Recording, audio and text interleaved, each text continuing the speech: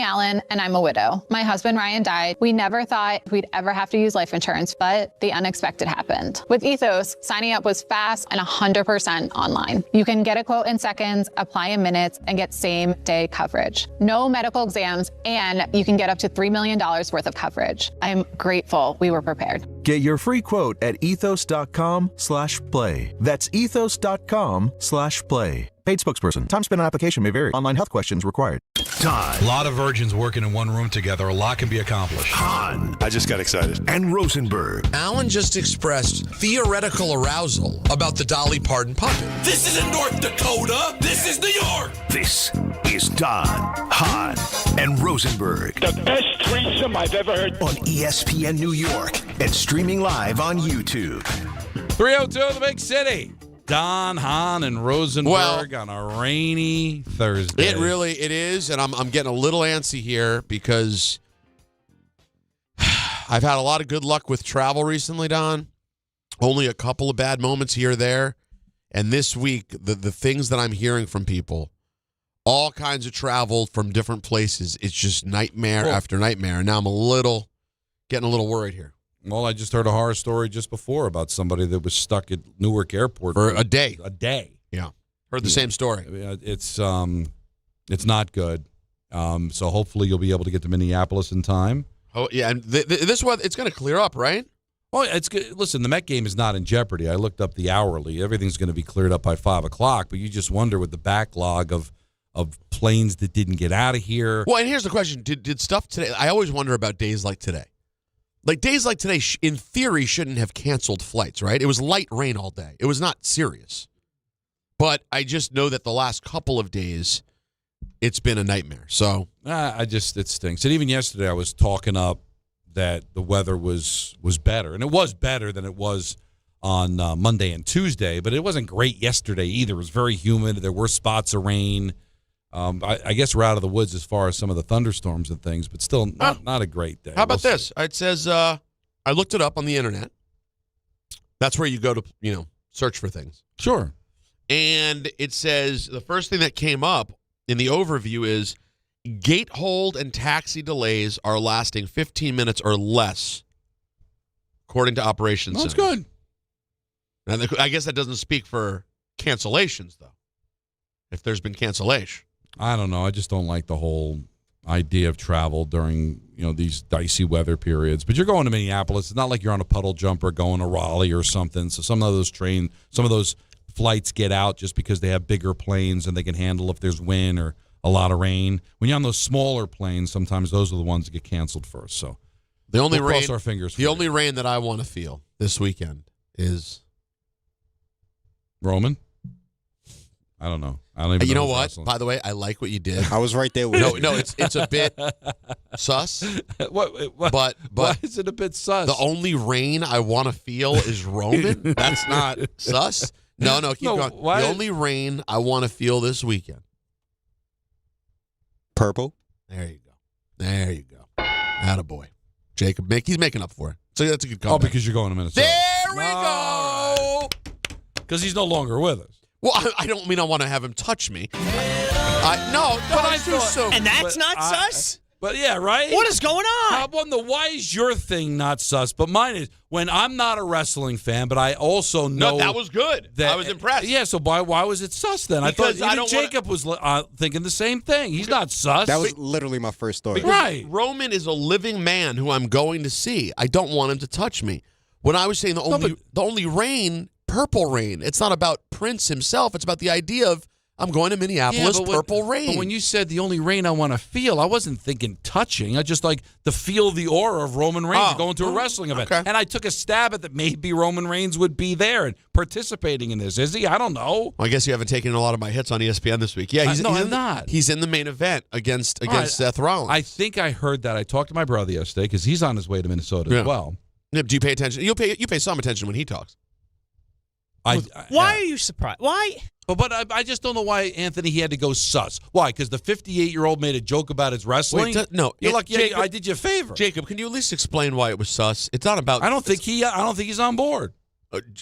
No, the only person Jacob said the same thing. Though. that doesn't, but he could still admit it's sus. it is kind of sus. Roman touching Peter is not something I want. But again, why are we going to touching when you're talking about feeling? Because I meant actual rain. You changed it to a man named Rain. I didn't. You don't see there being a difference there? I want to get wet with the rain. And Roman? No. You said the only thing I want to feel, the only rain I want to feel. And I thought Roman, because you're going to Minnesota, he's wrestling, and then you want to just feel the aura of Roman Reigns. What you're saying. I'm aggravated it's raining. I'm not getting wet right now. I'm still aggravated it's raining. Sure. Because it might interfere with your travel tomorrow. I appreciate that. I'm still trying to get some better information. You think that it's raining. The last thing I worry about, oh, my God, I'm going to get wet. How long is it going to take me to get home? I got to stay in my house. You made it about touching. You made it sus. No, I just don't like the fact that he's like the arbiter of cool. Well, and then when somebody wants to throw something in there, that's sus. First of all, he has to say sus like he's 16. Well, and it make me feel bad when I thought I actually had a cool joke. And I think, honestly, counting you, I think the coolest person on this show is Jacob. And he thought of it before I did. Jacob, did I not give credit? I said, that's good. A little sus, but that's good. I gave him credit for it. Yeah, you did. I didn't say, moron. I hadn't even thought of Roman Reigns. But the one time you give me a little credit for actually doing something kind of maybe somewhat pop culture, you still got to throw the sus in. You can't even give me the victory. Right? I guess because I had the touching in my mind. Well, that's your problem. You're a music guy. But you're a music guy. I just thought you would have instantly went rain, Minnesota, Purple Rain, done, over and out. I thought you would have instantly went there. That's all. It's actually because of my respect for you as a fan of music. I'm not gonna lie. I think Don's makes more sense than yours, Peter. What? Because there's an actual event happening with living people in Minneapolis, and Prince is no longer with us. Listen, I got to tell you. I'm talking about actual rain. But it's not purple either. But you know what? As much as I'm a Prince fan. It's the home of Prince. But even though he takes over the whole place. I've never been to Minneapolis. Maybe the rain is purple. I'm not sure. The two most famous musicians from Minnesota are Prince and Dylan. And I have spent many a day in Minnesota and never felt their presence once. What do you mean in terms of what? I don't go to Minnesota, and the first thing that pops into my head is Prince or Dylan. They happen to be from there, but you don't get the vibe of that when you're there. First of all, I don't want to turn this into a whole thing. Well, why not? It's already 9 minutes. Why not? Hold on.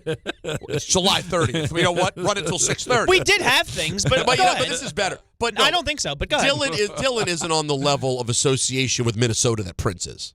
That's not on the same. I didn't even know Dylan was from Minnesota. Now, that's my bad. I'm not saying it's my good. But, Prince, you will see Prince-related stuff in the airport. They're pretty, you might see intense. Dylan stuff, too. I don't remember seeing either. And I think... And anytime I bathe in Lake Minnetonka, I don't think of Dylan. I think of Prince. And thanks to Chappelle. Because if it wasn't for Chappelle, that wouldn't be a thing. Well, no, of course it would if you're into the movie. I saw the movie in the theater. Well, that's impressive. That was 42 years ago if it was a day. Well, okay? I didn't see the movie until much later in life. A very good movie. But it's a great movie. From a music standpoint, but it's his terrible purple motorcycle in the wood. It was stupid. Speaking of sus. No, but then there's some parts that are God bless. Well, but yeah. Apollonia is a big God bless situation. Yeah. No, I'm saying I'm pushing back on you don't feel his presence in Minneapolis. Now, again, guys, I don't want to bring up unpleasant things, but of course there was a time when I went to a party at Paisley Park, and I didn't invite Don or Mike. Well, no, we were offered. No, you weren't. That was the whole thing. It's the lack of respect thing again. And guess who I went with in the end? Do you know the story? You went with Andrew. Oh yeah, Andrew Gunley. I'm sorry. I feel what I feel. I don't feel the presence of Prince when I'm in Minnesota. And I don't feel Dylan either. But if I'm walking in the Village, I might feel Dylan because that's a thing, right? He played at the Village. Yes, sure. All right. But for example, when I was all of my outfits both days, and this is cheesy, but whatever. My outfits both days have purple in them. Oh. And I'm thinking of Prince. Now, it's also the Minnesota Vikings. It's also the color of the state. But don't you think Prince? You don't, because I don't think I never got any kind of feeling that he was sports fan. Oh, no, he is. Big sports fan. Oh, big so time. Was purple because of the Vikings? I assume. It had to be, right? I mean, but that's another reason you feel his presence. He was a presence at everything. So, like, he's a big sport. As you know, he's a big hooper from Chappelle's show. Right. Game blouses. That's real. Well, that's a real story. Yeah, all those he was really out there hooping. I didn't think we were going to start here, but you know what? I got called sus. I'm a little sensitive today. I don't know why. I'm surprised. Well, because I'm making an effort here. Okay, and I'm trying to meet you halfway. Minnesota. And I would love to just get some appreciation for it. Let's see. After attending a 34-3 playoff victory against Dallas in 2010, Prince was inspired to record a stadium anthem called Purple and Gold. The funky hymn-like Minnesota Vikings tribute was tracked at his Paisley Park studios and was officially released on the team's website prior to the championship. I didn't even know that. So he's hardcore. I mean, he went to the game. That. He was so high off of a win in 2010 that he made an anthem for them. Following Prince's tragic passing in 2016, the Vikings held an emotional halftime tribute honoring the icon at their newly opened U.S. Bank Stadium. That I knew, but I just thought it was because... With an orchestra and members of his former band, the New Power Generation, performing Purple Rain. I'm still standing by my Roman. Yeah. Also, the Timberwolves, I know they use, like, their alternates of Purple Rain Prince-inspired uniforms. You know, well, why no Dylan jerseys? I don't know. The T-Wolves are just trying to remind people they're there. They had no choice, right? Well, the Vikings are doing something. Well, no, they got stuff going on now. Yeah, but come on, A-Rod's there. They got A-Rod. That's not where I was going. But well, he's not wrong. No, I meant Ant-Man, but you got A-Rod, too. You got the big rod, too. But I just feel like the Vikings and the Twins really own that town. Minnesota is able to keep up because of the history of hockey in Minnesota. Are the Wild a thing? Yeah, they're in St. Paul, though. I don't know if that changes anything. You know, the water is currently corrupted in St. Paul from a terrorist thing, cyber terrorist thing. Really? Dead ass. Look it up. Anthony, tell me if I'm lying. I don't hear stuff like that. That's my dad just told me that as I said, hey, I'm going to Minneapolis tonight. He was like, oh, don't drink the water. I was like, what? He goes, hold on, let me look. And he goes, oh, no, it's St. Paul. I went, well, that's still a little too close for comfort for me. It's here. It's still in our country. It's still, you don't like to see something like that. Yeah, there's been apparently some level of water corruption. What are you seeing, Anthony? I haven't looked it up. Oh. Let's just accept that I'm hated.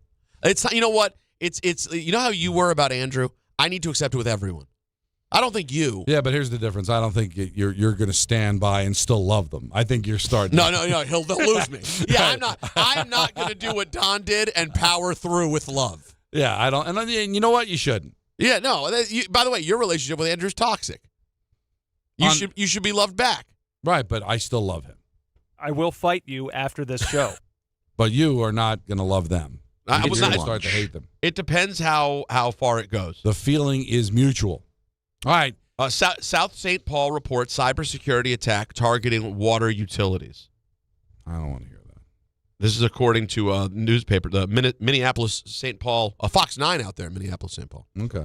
All right, so what do you have for us besides the rain and the rains? With the Jets, we've got more sound as they continue their camp. Okay. I got something for you. I heard. Don't worry, I heard there was a plan. It's coming. I didn't see you. You were having a chat with the Asman, and I was hanging out with Carlin, who was a joy. And Anthony just said, Don's got a plan. Well, I had a plan, and I had to ask Jake something about the plan. Oh. And then he asked me to finish up this. But that was at 2:50. So I was here. What time? Like quarter to knowing you quarter to 2. Quarter to noon. No, I was working, man. And so what did Jake give you help with the plan? No. Okay. But he's helped because we're going to talk a little bit about a quarterback. But we'll get to it in just a second. All right. But what do you have sound-wise? Well, it was an interesting day at Jets camp because David Bailey, second overall pick in the draft, had a huge day. I heard. And Aaron Glenn talked about it. He's everything that we expect him to be. It'll be really exciting once we put the pads on. I think we all understand through these acclimation days, we're still in shorts, but just to be able to see the energy and the speed and the quickness off the edge and the ability to hold a strong edge and the way that he wants to play the run game is everything that I imagine from that player. And it was actually just more than him. You saw JJ Inkambari, right? You saw him. He was pretty active today playing on the edge. So I'm happy with all those guys. Will did some good things also today. So when it just comes to that edge group, I thought those guys did a pretty good job today. Apparently they're having interest in Terry and Arnold. So where do we stand with that?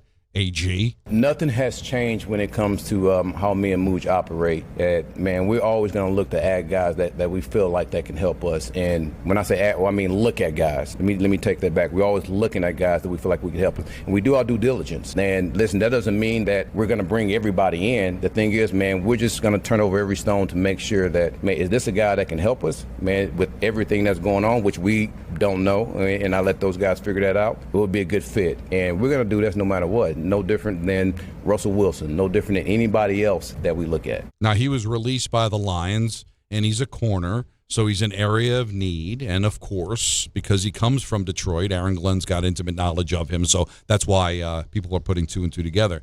The other thing to kind of get excited about, Peter, around the Jets is that they've got a grown-up in the room on the offensive side of the ball, and that's Frank Reich. I don't know how good a head coach Frank Reich is. Matter of fact, if I had to guess, I'd say not a very good head coach. But nice backup QB, though. Well, listen, he won that huge come-from-behind game against Houston. People forget that. That was not Jim Kelly.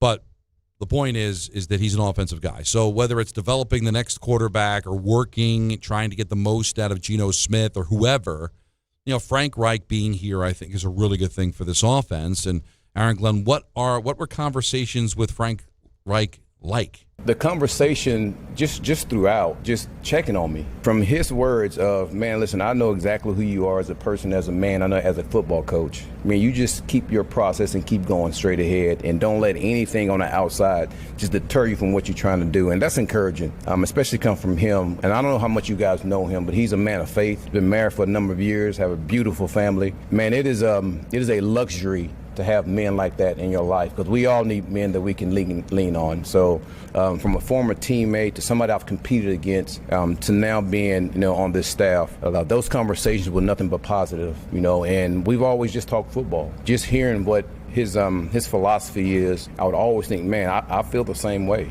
How can I do this as his job as a head coach? How can I navigate myself this way? And he would always give me his opinions on that. And it's been good. It's been good, man. And I'm glad he's here. All right, Joe Tippmann is over at guard after playing some center. So Glenn talked about that versatility. Yeah, and when you say moved around, I think it's only been from center to guard. So I don't want to say it's a lot of movement, but I would say this, and it's no different from what I said last year. He was a guy that, Coach, whatever you need me to do, I'll do it. And I think he's really embraced playing the guard position now. Listen, obviously we signed him because we know what type of player he is, we know what type of leader he is, and type of man he is, and that's one of the reasons why he's here. And we want to continue to build this team with men like that. So very unselfish, communicates very well, does a good job of getting along with his teammates, and does a really good job in the locker room. So I'm happy to have him exactly where he's at. All right, Aaron, what are the expectations for the 3 first-round picks? Well, the expectations is for all those guys to have a role, but they have to decide that themselves. You guys have heard me say this before. We're out there trying to compete, and no one's giving anything, so they determine that role. And I'm always be honest with those guys in that aspect. Listen, here's what we need you to do, here's how you can do it, and here's how you got to compete to beat this guy out, because that guy's not going to let you just have it. So, and I want to create that type of environment here. So the expectations, yes, they have a big role, but they have to decide that themselves. All right, and Cabe Klubnik, not a first-round pick, but a fourth-round pick, but what did you think of his second day? He made some throws today, didn't he? Listen, we knew exactly what we were getting. We understand his trajectory when he got to Clemson, how when he came into Clemson as I think he was the number 1 recruit when it comes to a quarterback. And then he had some issues, but then he picked himself up. So we know that the hills that he's had in his college career, and that's the thing that we're intrigued by him, because he was able to bounce back and continue to go. And to me, that shows leadership too. When things went down, he continued to go. So I thought he made some really good throws today. He's still improving on what we asked him to do. And again, we look forward to see how he progresses during camp. Me too. Can't wait. Well, obviously, it's anytime there's a quarterback in camp and you don't really have a quarterback of the future, there's always going to be eyeballs on him to see, can that be the next Tom Brady? Can that be the next guy that nobody looked at and now he's going to be our savior? And he's going to get looks because they don't have a quarterback. But the draft seems to be where they're going to get their quarterback, it appears. But there could be an avenue, Peter, for the Jets next year to get another quarterback. Go ahead. A veteran quarterback. Go ahead. Are you talking about who I think you could be talking about? Well, stay tuned and find out. Oh. It's Don, Hahn, and Rosenberg just getting started on a Thursday. We got that guy Thursday at 4:30. We've got ENN at 6, and then Mets Marlins at 6:30. It's Don, Hahn, and Rosenberg just getting started on a rainy Thursday on ESPN New York. When care matters most, experience matters more. The Allure Group is redefining rehabilitation and long-term care across New York with 6 convenient locations. Their expert clinicians create personalized care plans to help you recover, rebuild, and get back to what matters most. From short-term rehab to long-term care, Allure is committed to comfort, dignity, and results. To learn more, visit allurecare.com. The Allure Group, where care meets compassion.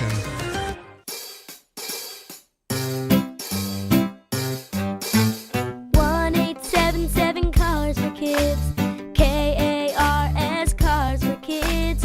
1-877 Cars for Kids. Donate your car today. 1-877 Cars for Kids. KARS Cars for Kids. 1-877 Cars for Kids.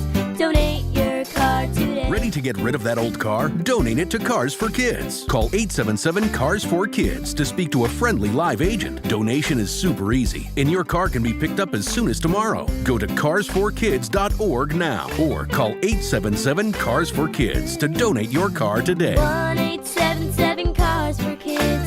KARS Cars for Kids. 1-877 Cars for Kids. Did you know you can donate real estate too? Go to carsforkids.org. That's cars with a K. Hi, this is Don LaGreca. Just like the New Jersey Devils bring intensity on the ice, Viking Pest Control brings the same level of protection to your home. And I know because I use Viking at my own place. The season may be over, but pests are always in play. So it's time to lock in your off-season defense. As the pest control provider and proud partner of the Devils, Viking delivers 45 years of trusted experience to keep ants, cockroaches, stinging insects, rodents, mosquitoes, and more out of your zone. And when you bundle pest control mosquito services, you score big savings. One call, one company, total peace of mind. Visit VikingPest.com, protecting your home inside and out.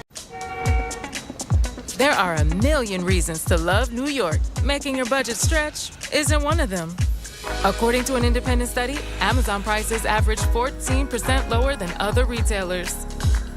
Get food, fashion, furniture, and more shipped straight to your building. Plus, another study found Amazon Prescription Pass customers pay nearly 1/3 less out of pocket. Learn more at aboutamazon.com. At Uline, they know firsthand the road to success is an uphill climb. Uline started in the family basement, and through hard work is now North America's most trusted shipping and industrial supplier. They get what it means to have the support of reliable, hardworking partners. So they keep 41,000 items ready to ship. Whether your company is still in a basement office or expanding cross-country, Uline will be there on your road to success. Visit uline.com. And now let's take a look at the traffic with Brandy Scott. Hey there, guys. Good afternoon. Already in pretty bad shape out there on the roads, and especially tough at the Whitestone Bridge trying to make your way into Queens. Just cleaned up a big crash on the expressway southbound by 20th Avenue. We had all lanes out for a bit. Still jammed there and backed up onto the Bronx side, heading across the Upper East River. Grand Central westbound, hitting the brakes over by the BQE and LaGuardia. Broken down truck in the left lane. Delays go back to City Field and Northern Boulevard. Inbound George, roadwork on the upper deck and running an hour from 80-95 and 46. A bit better from the Route 4 approach. Lower level, a 20 to 30 minute wait. Heading over the outbound George, best of it right now. West Side Highway and Henry Hudson. Outbound Lincoln already about 20 minutes. Outbound Holland close to 30. This report is sponsored by RockAuto.com. A bent tire rod can quickly bring a drive to a halt. For the parts needed to get back on the road, visit RockAuto.com. Find a wide selection of quality parts at reliably low prices. I'm Brandy Scott on 880 ESPN New York. Hey, it's Wendy here. Are you looking to rebound from your high-interest credit card debt? A SoFi personal loan could help. Consolidate your debt with a SoFi personal loan into one low monthly payment, and you could save money on interest over time. And with as soon as the same day funding, you could hit the ground running ASAP. Apply today with no fees required at SoFi.com/debt-rebound. Loans originated by SoFi Bank. NA member FDIC. Terms and conditions apply. NMLS 696891. Fast funds terms apply at SoFi.com/debt-rebound. In a world parched for excitement, one drink will emerge. Twisted Tea, the refreshing thrill ride of flavor. Recreating its classic role as the hard iced tea that goes down smooth. Twisted Tea doesn't just taste like real iced tea, it's made with real brewed tea and a 5% kick of alcohol. Taste the adventure with Twisted Tea Hard Iced Tea. Keep it twisted. Twisted Tea Brewing Company, Cincinnati, Ohio. Please drink responsibly.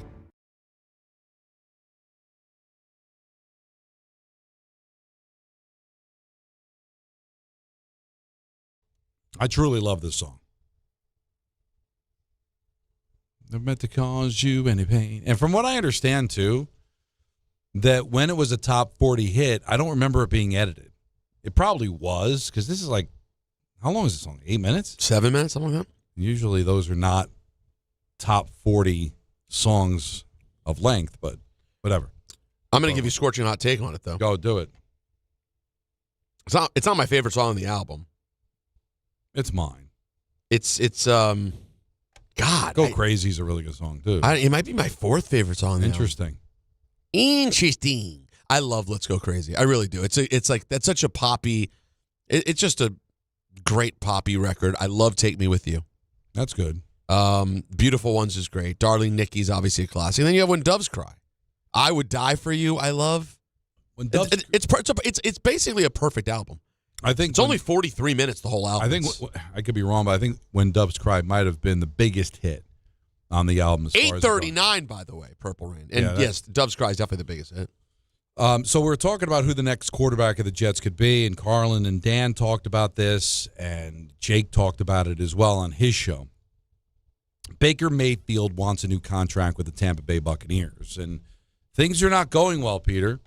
He feels he's being disrespected over this new deal. I wanted the deal done and set the deadline and told them it was going to be all ball after that, and I did mean that. And I don't know if they thought I was just going to take some of the offers that they gave, but I'm at the point of my career and understanding what I've brought to this franchise. One, I'm very, very thankful for the chance they gave me. Do not get me wrong on that. But I've also I really know what I've brought to this franchise, leadership-wise and even play-wise. It's been some of the best years of my career, and I think it's only going to trend upwards, just being comfortable and feeling that. So disappointing in that regard to not have, to feel disrespected a little bit. And that's really the disappointing part, to feel undervalued after, thinking you've earned it.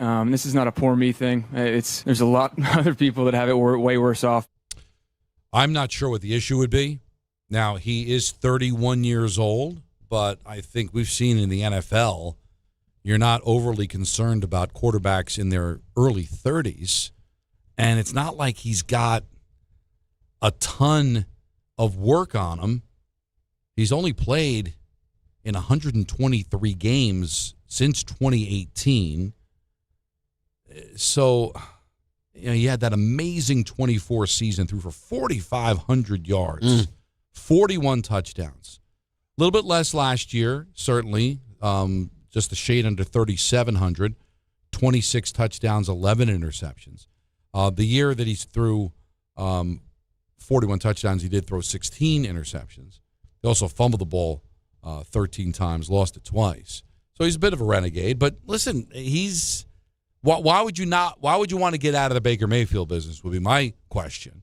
And he says he's not going to negotiate with Tampa much longer. It's disappointing to say the least, but it's all ball here, and I know I'm going to have a good year. I know this team, the things that we went through last year, put us in a good spot for this year. Depth-wise, a lot of guys being thrown to the fire to be able to grow and learn fast, and it didn't go the way we wanted, but it's a new season, and it's going to help us in the long run this year. Added some new pieces, and so I'm excited about it. It's all ball from here. After today, I'll answer a few more questions about the contract, but after today, I'm not answering anymore because I'm not negotiating anymore. No, it's probably the case, Peter, in a salary cap sport, and there are other players that they've got to get taken care of as well, is that, all right, he took a step back last year. Threw for almost 1,000 yards less, threw 15 less touchdown passes. So is it wrong for Tampa to say, all right, let's see how you play this year? And if we still don't know, guess what? We can franchise tag. So they can buy themselves this year and next year with the franchise tag. So what would you do? Would you want to wait and see whether he's trending in the wrong direction because he had the drop off from 24 to 25, or would you just say, I can't take any chances? There's only a handful of quarterbacks in this league that can win games. I'm going to hold on to this guy. What would you do? I think Baker Mayfield at this point is sort of you do whatever you have to do to keep him, Don. Like you just talked about, age-wise, he's not in a place that you're worried about him yet, right? Overall health-wise, pretty good. Only has been going the right direction. Seems like he's got like legitimate moxie and shows up in big spots. He's in an era when everyone thought you would fall off of a cliff because you were in the post-Brady championship era. Don, tell me that didn't just stink of we are now going to end up just being nothing for the next 5 years. Right. We got our championship, now we're garbage. Instead, they've become the perennial favorite to win, albeit a bad division, their division every year. I'm doing everything I possibly can to get Baker Mayfield. And if I am a team like the Jets, who we assume will not have anyone going into next season, Don, he is the very rare coming along at the right time where he's in the absolute sort of crux of his prime, and you could get him for like a 5-year window. They don't come along every day. And, of course, the big name that Tampa's dealing with is Vita Vea, same age. He's a nose tackle, and they want to give him a contract. He's already demanded a trade. The problem here, Peter, is you're going to probably have to pay him north of $50 million. And I can't blame Tampa for saying, okay, I might be ready to do that, but he threw for 1,000 yards less than last year. So let me take another look. He'll be motivated to go out there and have a big year.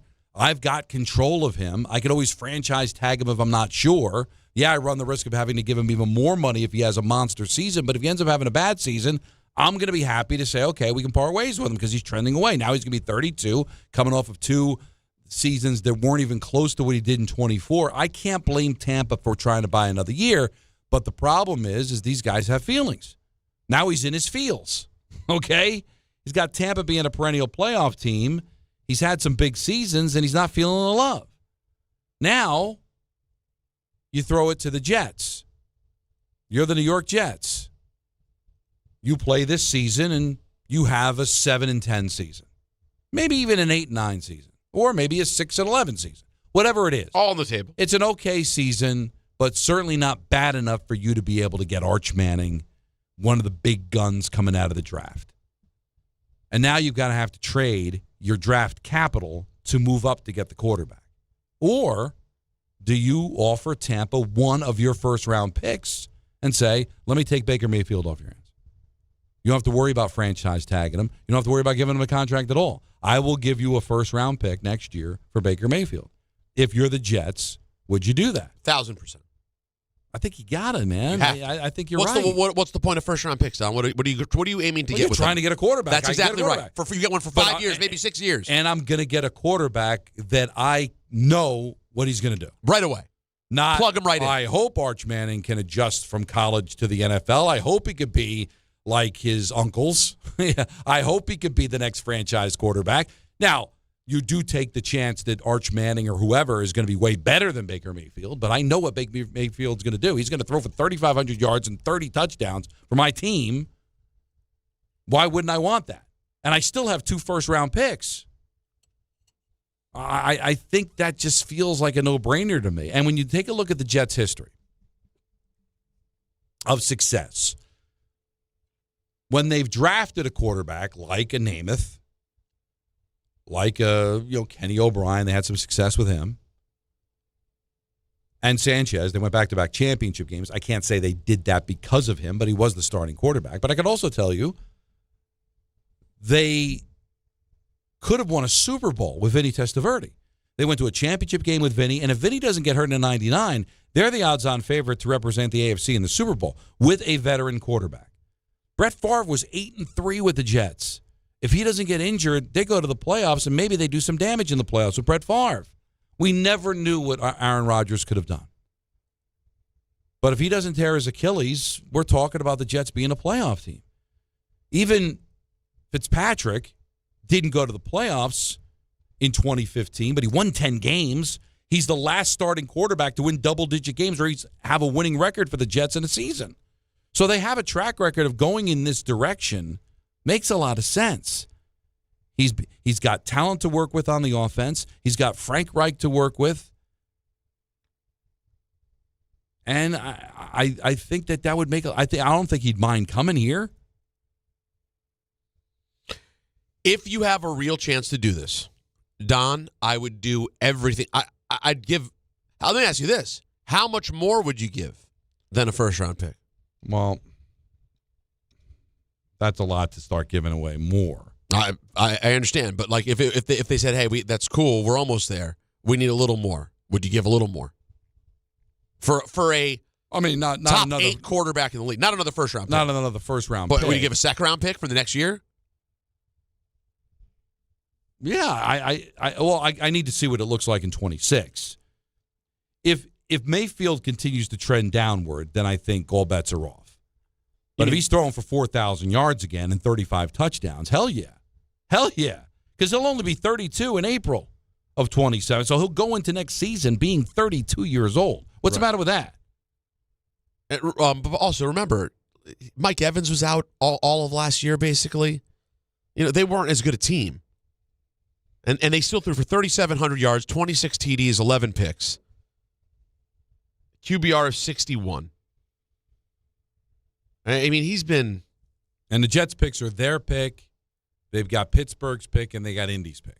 Now, I don't think any of those picks, Peter, especially if I'm telling you the Jets are going to 7-10, are going to be at the top of the first round of the draft. I think the Steelers and the Colts will be pretty good football teams, right? That you're not. None of those picks are going to be producing first overall. No. But your hope is that maybe you could take all of those picks and package them to move up if you wanted to draft a quarterback. I think this is a no-brainer. And I like Baker Mayfield. I think he's built for New York, too, to be honest with you. I'm doing my quick math here. I love quick math. And I'm just basing it on the Baker that we now know post getting to Tampa, right? Mm-hmm. We're assuming that the first 4 years of his career was, AI slop. I don't know how we got there, but Don, you're talking about, I believe, 96 touchdowns and 37 picks since he got to Tampa. The Jets haven't sniffed starting quarterback play like that. That was, you know what that was? If you were to get Baker in 23, which was 4,000 yards, 28 touchdowns, and 10 picks, that's what the Jets were dreaming of when they got Rodgers. They were dreaming of 4,000 yards, 30 touchdowns. Of course, they, didn't come close to that. I know that last year Rodgers was here. He ended up sort of like, gathering stats that resembled something half decent by the end of the year. Yeah, but when you watched it, you knew it wasn't that. And you were doing it with a 39-year-old quarterback. You were hoping you'd squeeze a couple of years out of. You're talking about bringing in a guy that's 32 and they can give that to you for the next 3-4 years if you give him a contract. And the most impressive thing I ever saw Baker Mayfield do was when he was let go in Carolina in 22, signed with the Rams on like late Monday, early Tuesday, and played in their Thursday night game. Yeah, I remember that. Now, they lost the game, but I'm like, the fact that he was able to get all that information, I don't care how much he knew ahead of time. That really floored me. There's another piece to that too, and I know you said this, but so his birthday's April, right? So he's not 32 until the draft next year, right? But he's also, with the ups and downs that he's had, and the markets he's played in, and you've watched how he handles interviews, and like he's gotten into it with different people about different things. Dude, he can handle here. I think he can handle this market. I think he knows how to be a quarterback in New York. I am not sure that either of the guys tap to be the starters here this coming season. I'm not sure yet that either of them have that. And if we go back, how many have had that? Rodgers was fine to handle it, but he just didn't have the play to back it up, so it didn't matter. Mm-hmm. Daniel Jones actually handled it, I thought pretty well. Just wasn't a good enough player. Just wasn't good enough. But he didn't actually ever cave under the trash talk or anything. He did pretty well. But generally speaking, we know that's a real thing you have to think about. Can you handle what it takes? I think Baker Mayfield, he is a big-time sort of quarterback. I mean, I know, and now I'm getting like, all the way fantasy land. I know this sounds like a bit of a reach, But there is a certain je ne sais quoi, a swag-like appeal that, like, in the lineage of Namath, I don't hate Mayfield as a Jet. I like the feel of him. I like the cut of his jib for the Jets. The only negative is that I don't think MetLife is a nice enough stadium for him to live in. No, you can't live there. He's not living there. No. They'd have to do a lot of work. Yeah. He'd sooner live in the Red Bull Stadium. He's not living there. Well, please. Now the only thing that worries me if I'm a Jets fan, and I'm curious to how you guys, Jet fans would feel about this. This never works. Like Don mentioned, it's been a while now. Well, it's been a long, long time since it almost worked. Well, it always almost works. It always almost works, and this is why you buy into a curse. Why didn't it work with Testaverde? Because he tears his Achilles week 1 in 99 when everybody thinks they're going to go to the Super Bowl. He gets hurt. Favre. What happens with Rod? Hurt. Favre. Hurt. Like, it could have worked, but these guys got hurt. And the scary part is, even though he has been pretty healthy, 32 is pretty young in this day of NFL quarterbacks. Let me see. And here's the least games Baker has ever played in a season is 12. Okay, so he plays, and that was probably 22 when he was between Carolina. It was and LA, between the two teams. That's right. So the guy plays. He doesn't miss games, but you get hurt, you get a lower leg injury, God forbid, something like that at 32. It still is a problem. Here's the thing. Vinny Testaverde got hurt. He was 36. Favre got hurt. He was 39. How old was Rodgers? 39 when he got hurt. You'd really have to think you're cursed if you trade for Baker Mayfield, he gets hurt at 32. Like, older quarterbacks get hurt. That happens. You're taking that chance. You'd be getting a guy, I wouldn't say in his prime, but damn close. Not where you're holding your breath going, hey, this guy's 32. He's going to get hurt. We felt that with Rodgers. We felt that towards the end with Testaverde. And certainly with Favre. Like, you didn't think of Favre's age because he played forever. But you know what? 39-year-old quarterbacks get hurt. That happens. And the Fitzpatrick thing, that was just, he was not that great a quarterback to begin with. He just had a great year.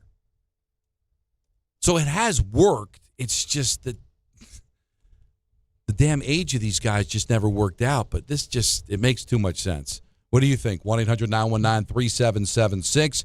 That Guy Thursday at 4:30. We've got E&N at 6. We're out of Dodge at 6:30 for Mets and Marlins on ESPN New York.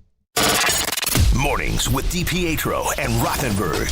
Do you know Sven? I do. Yeah, Sven Butenschon. Nice. You know him? He was on my team. Yeah, Sven Butenschon. When was the last time you talked to Sven Butenschon? Not recently, but he's my buddy when we played here. So if you saw him walking down the street, you'd be like, Sven, it's me, Rick. Yes. Big hug. Really? Oh, yeah. You know what became of Sven? DiPietro and Rothenberg. Morning 6 to 10 on ESPN New York and streaming live on YouTube.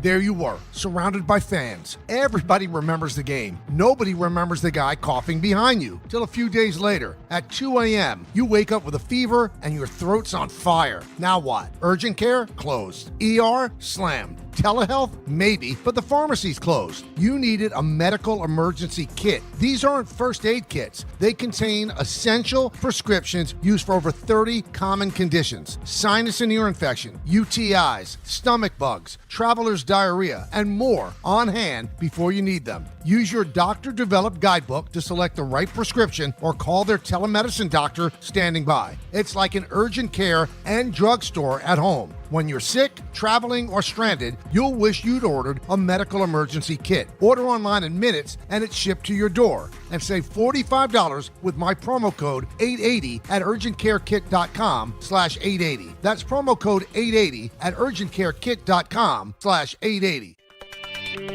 When you manage an active facility, disruption is not an option. Tricon Construction specializes in healthcare, commercial, and industrial environments where work needs to happen without shutting operations down. That takes detailed planning, clear communication, and safe, disciplined execution. Because when patients are inside, tenants are working, or production has to keep moving, every decision matters. Tricon understands how to work around your business professionally, safely, and efficiently. For complex work inside active facilities, choose Tricon Construction. Visit TriconBuilds.com. That's TriconBuilds.com.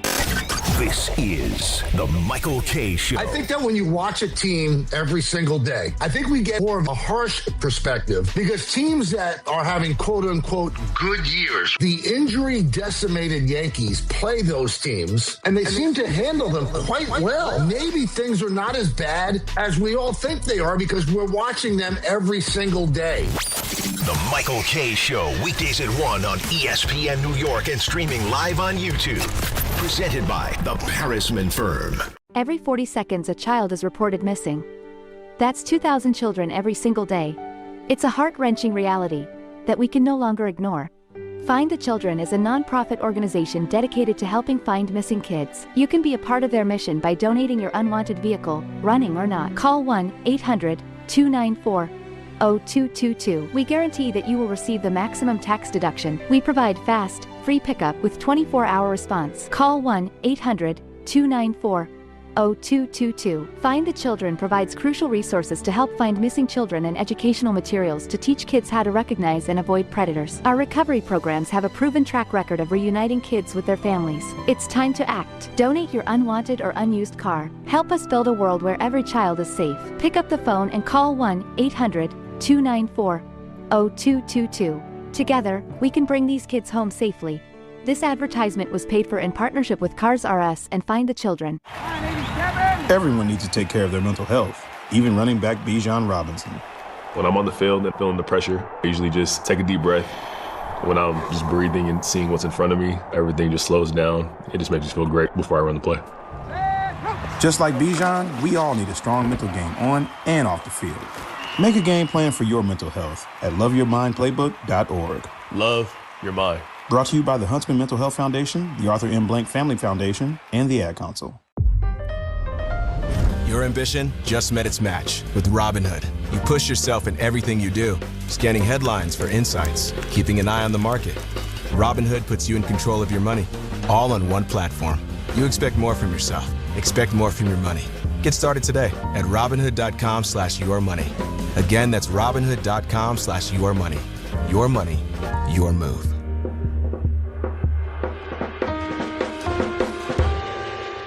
Congratulations, New York. The Knicks did it. Through battle after battle, they dominated to become this year's NBA champions. Day in and day out, the hard work paid off, and you were there every step of the way. Enjoy the crown. Own it, because this year is your year. A part of your legacy that will never be forgotten. So celebrate this moment, show your pride, and shop the largest selection of official NBA gear at NBAstore.com. A Fanatics experience.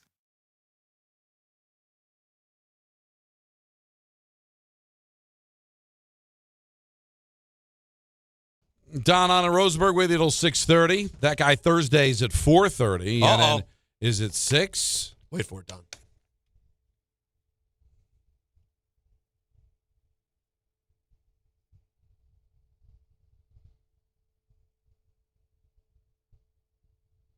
Who did this for Roman? I don't know. It's very good. It does. When you're in the building, I have to tell you, it does play amazing.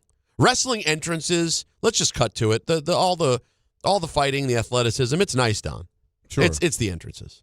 It's if you had to like put a gun to my head, what's the best moment in the events? I would say the entrances of a few of the stars is the best moment that you get. When in a big moment when Punk comes out to Cult of Personality, it's insane. Roman coming out to that, it's boxing was like that too, but never as well done because and that's where the fact that boxing is a competitive sport, whereas this is meant to be theatrical. Like boxing, it was never, the pyro wasn't the same, and whenever they try to add too much, it all of a sudden feels like Rocky IV. And you're like, is this real life? You know what I'm saying? I guess so, but I like the Tyson. Don't believe the hype. That was always cool. Yeah, I enjoyed that. But by the way, that wasn't as many times you think that actually happened. But that was my favorite. And my Tyson had a couple of underrated ones too. He came out to Tupac, Ambitions of a Rider, and it was great. He once came out to DMX, What's My Name, and it was anytime Tyson shows something, it like made that song permanently. Right. But anyways, so I digressed on. Sorry. All right, so we were asking about. Listen, this is less of a pipe dream than we were talking about Joe Burrow last year going to the Jets, but this one seems like It's not that much of an impossibility. Wait. And I'll put it at 50 times more likely. Yeah, exactly. I think we were reaching with Joe Burrow. I still stand by bringing it up because you got to figure out how do these veterans come loose. This is how they come loose. When they don't want to be where they are anymore, contract issues, and now all of a sudden they find themselves available, and there sits the Jets with a quarterback need, and they have 3 first-round picks. They've got the draft capital to trade if they need to. So do I think it's going to happen? No. I'd still lean towards probably not. But this is way more realistic than I think the Joe Burrow, or really when Favre was first thrown out, it was like, yeah, give me a break. And then all of a sudden it happened. You're right. This, I'd say on the surface, this is more realistic than when Favre started. Mm-hmm. Real quick, before we talk to the people,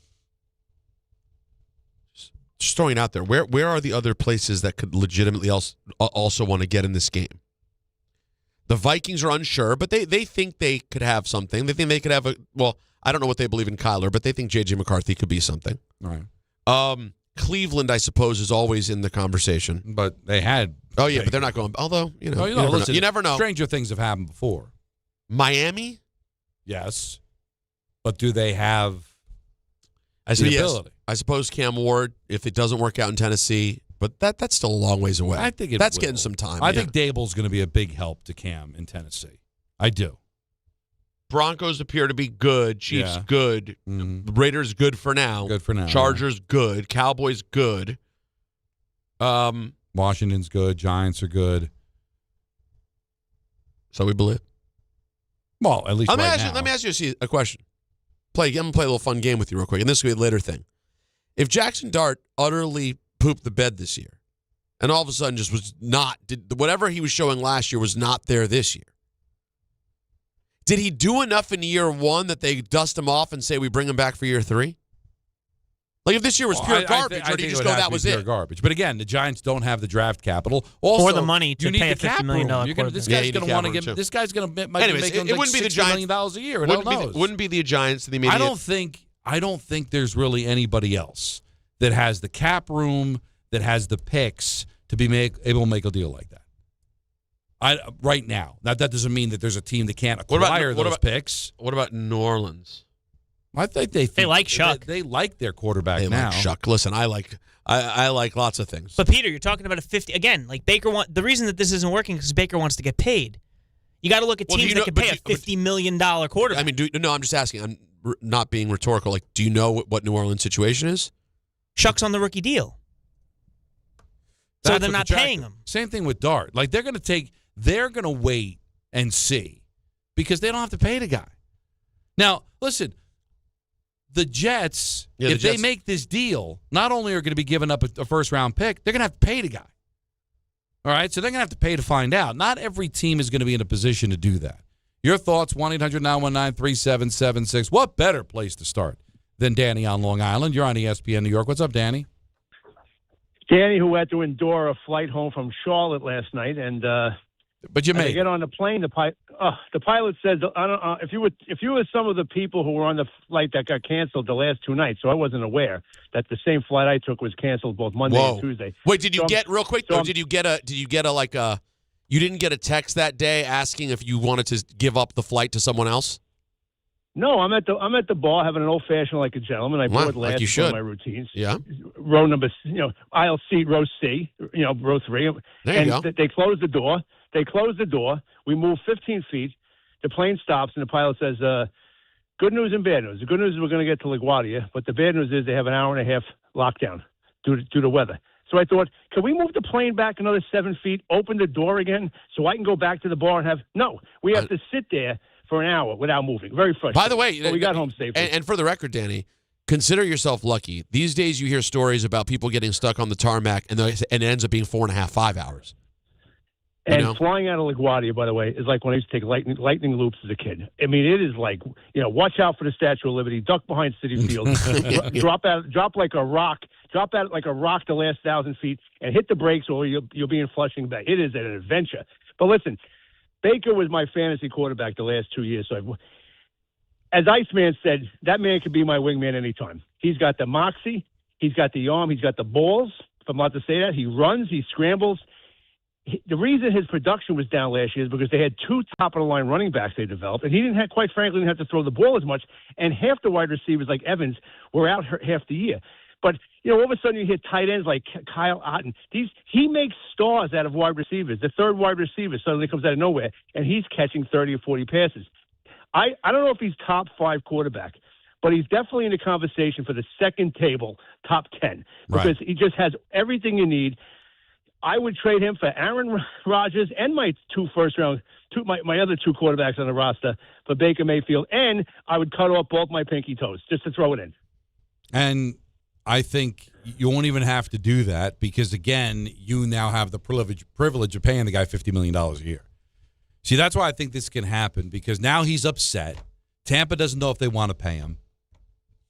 I think this has a real shot of taking place here. Now, originally, just on the information on the call, said that Tampa Bay won't trade him. They may not have no choice. I mean, if he doesn't want to sign there, if he gets really ticked off about the negotiation. But it sounds like he's playing. No, because he's under contract. He's got to play. So he's and not, he could get franchised too. But if he makes enough of a stink, they might be like, listen, let's get rid of this guy while we can get something for him. Although, by the way, being franchised isn't the worst thing in the world either as a quarterback, as Kirk Cousins can tell you. Right. It can work out for you too. And you could still get but then he'll end up 34 years after. He'll end up 34 years old after 2 years being franchised. If he wants to go, I think Tampa would probably supply that exit strategy for him, but it's going to cost, and it's going to cost the first-round pick, and it might cost your highest first-round pick. What would you do if one of those picks is top 10? You still do it? I do. Let's say Indianapolis just has a complete garbage year. Sure. Or do you say, hey, listen, I've got a top 5 pick. I'm going to roll the dice and see if I can't get one of these quarterbacks out of the draft. That might become a possibility too. If you tell me there's an opportunity to get a real ready-to-go quarterback, particularly if you think you have other pieces on a team that are ready to go, Don, you're not kicking. If you had Baker Mayfield as your starter next year, you know what you have next year. Mm-hmm. Anything else out there, you don't know. Don't know. So I'd rather have the guy. Right? 1-800-919-3776. Tons of calls on this. That guy Thursday at 4:30. Don, Hahn, and Rosenberg, ESPN New York. When care matters most, experience matters more.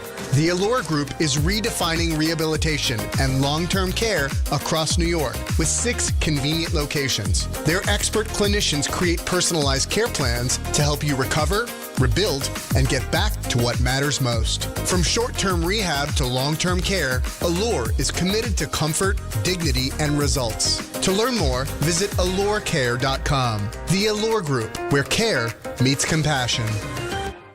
If you've been injured on a construction site, then you need a lawyer who knows New York's unique labor laws. At the Parisman Firm, they have decades of experience handling construction accident cases and a proven track record of delivering huge results. Their team has already recovered nearly $1 billion for hardworking New Yorkers. From scaffold accidents to slip and falls and equipment failures, they've got your back. Call the Parisman Firm now at 718-WORKERS. That's right, 718-WORKERS, because your case is their cause. Get the justice you deserve today.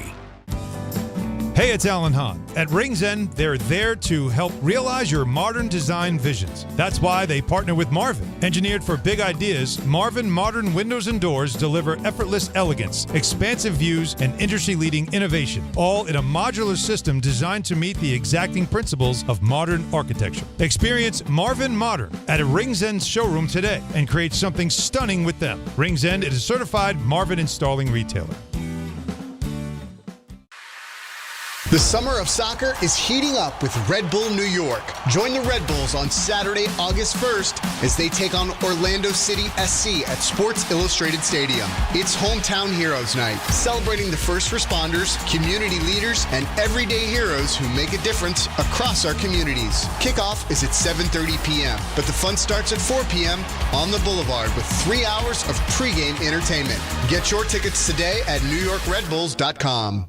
We all hear the radio ads about the IRS. They tell you to be afraid, to be scared, and they try to frighten you into calling. I'm not here to do that. Tax Relief Advocates is different. TRA is here to tell you that if you owe money to the IRS, whether it's $5,000, $50,000, or $500,000, we have a solution. It doesn't matter if you're sitting in your car, at work, or with your kids. No matter where you are, call now. 800-575-6759. Don't lose hope. TRA can eliminate or reduce what you owe to the IRS. Generous programs are now available that can give you a fresh start. Our passion is taxes and helping individuals fix their IRS problems. We have over 1,000 5-star reviews on Google and an A+ with the Better Business Bureau. You don't need to be afraid of the IRS any longer. End your tax nightmare today by visiting us online at TRA.com or call 800-575-6759. That's 800-575-6759. Tax Relief Advocates. Real solutions for real people.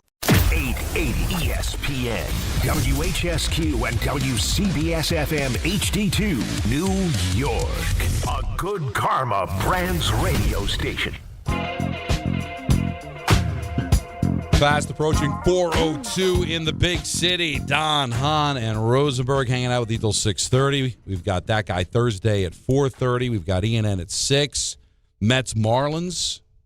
They're coming up at 6:30 as they start a 4-game set over at Citi Field. Marlins came off of losing 12 in a row and then swept the Phillies. Kind of crazy. Baseball's kooky, man. Yeah, you never know what you're going to get. It's like a box of chocolates, as someone once said. Yankees are in the top of the 7th inning. They're scoreless with the White Sox after losing last night again in extra innings. They're 1-7 in extra innings. Got a chance to take 3 out of 4 from Chicago or splitting the 4-game series. Talk about sheer bliss for Michael Kay. Do you know where the Yankees are tomorrow? You know where they are today, right? Well, they're still in Chicago? Yeah, they're in Chicago playing the White Sox. Oh, yeah, that's right. Where are they tomorrow at 2:20? This is something that for Michael is glorious. Glorious. But he loves Chicago. He loves Chicago. So where do you think he is tomorrow at 2:20? If he loves it. He's Michael Kay. He loves Chicago. A 2:10 first pitch in Chicago against the White Sox on a Thursday. And then Friday, a 2:20 first pitch at Wrigley? At Wrigley back against the Cubs. Wow. He's in heaven. Has he had this before? No, I can't imagine he's ever had this before. So he's had a week in. It basically is going to end up being a week in Chicago. Yeah, you know what? I don't know what the travel situation. No, he's staying in the same hotel. When this game ends, Anthony, let's try to put a call into Michael to see if we can get him for just a second to just see. No, I want to let him luxuriate. But here's the deal.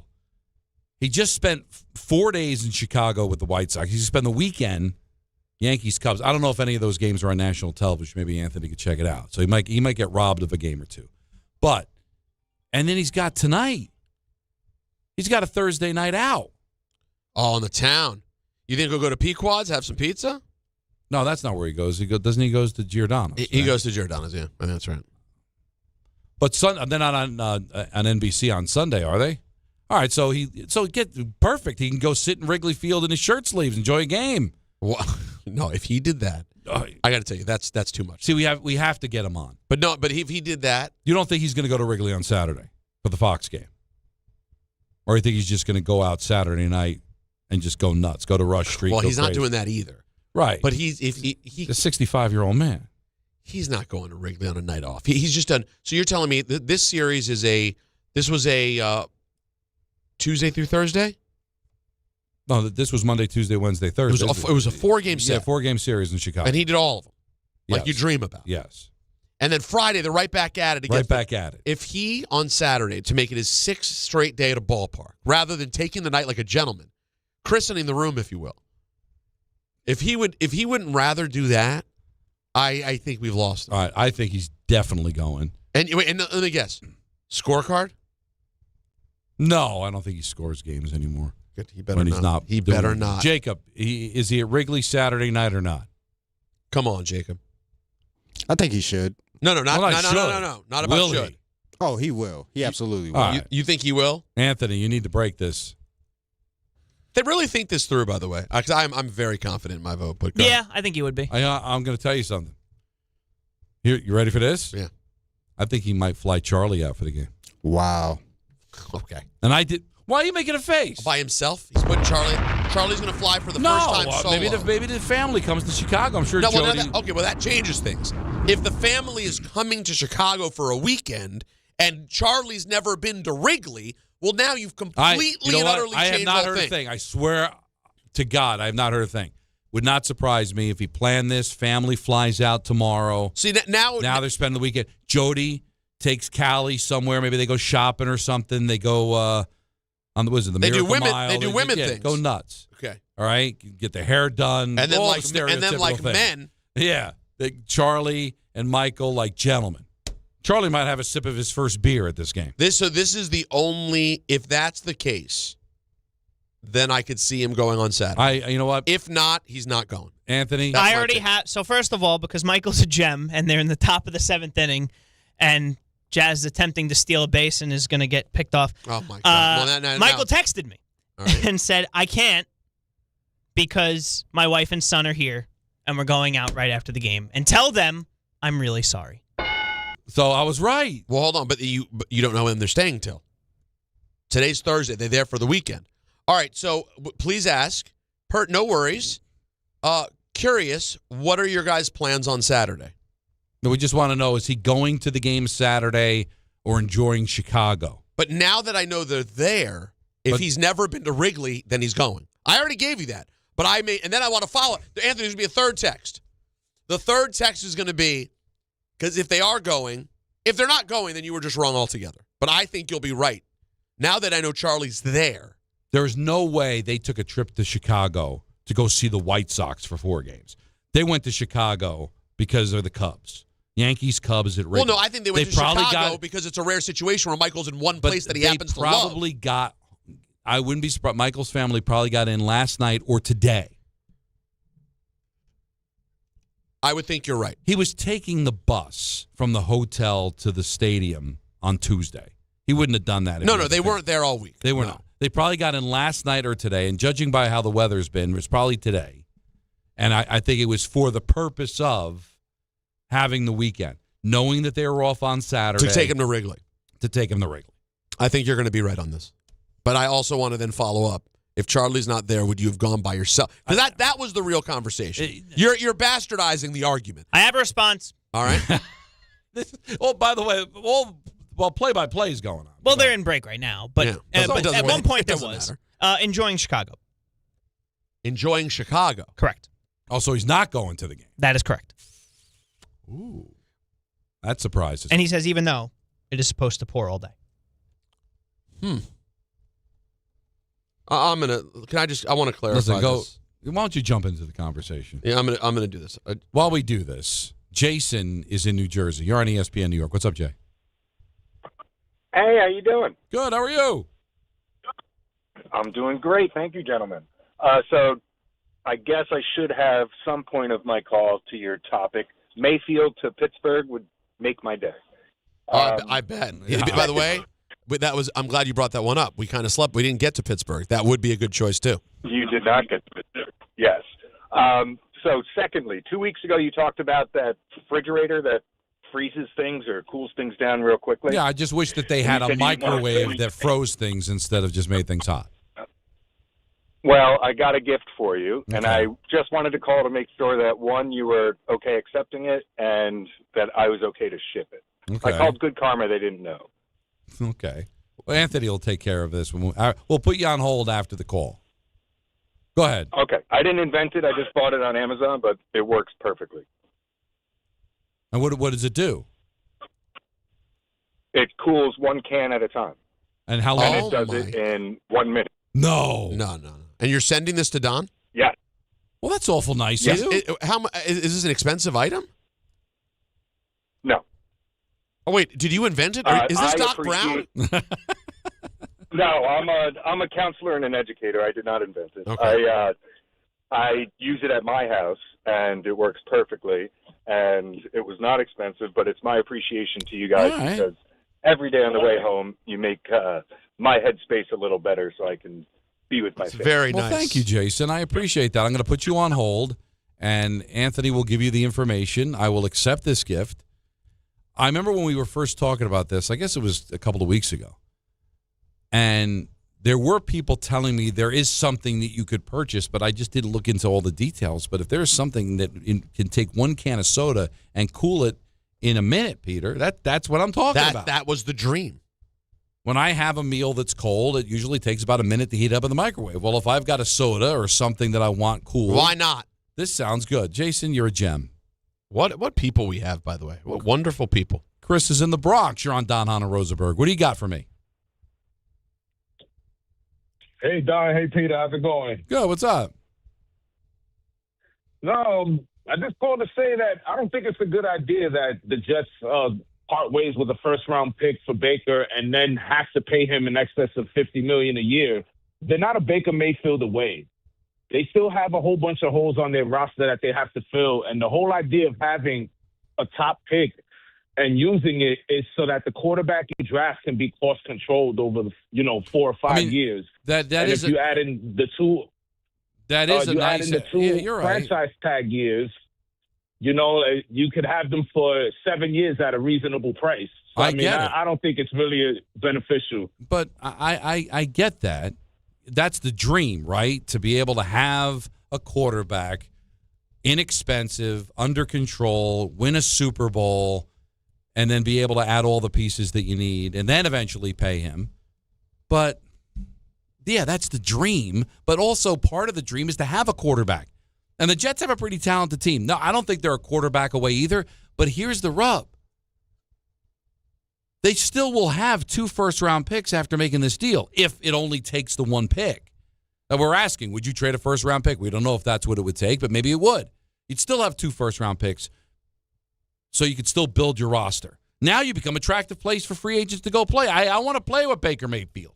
I don't want to play with Geno Smith. I don't want to play with Justin Fields. I don't want to go to a place that has a placeholder.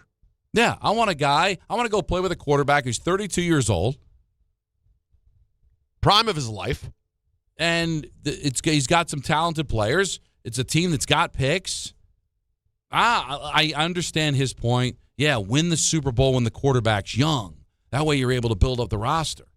But you know what the negative part of that is? Then you finally win. Then you got to pay the quarterback. You got to let go of all the players that you had around them because you got to pay him $55 million a year.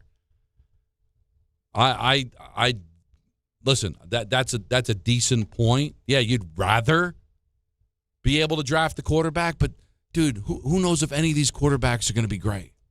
You don't. It's always a crapshoot. That's the thing. And now you know this is what Baker Mayfield's going to be. Lock for 3,500 yards and at least 25 touchdowns, which is like a dream for any Jet fan. And most likely those numbers will be even better because that was a good point Danny made. Evans got hurt. They were running the ball a little bit more. This guy can go out there and throw 4,000 yards for you.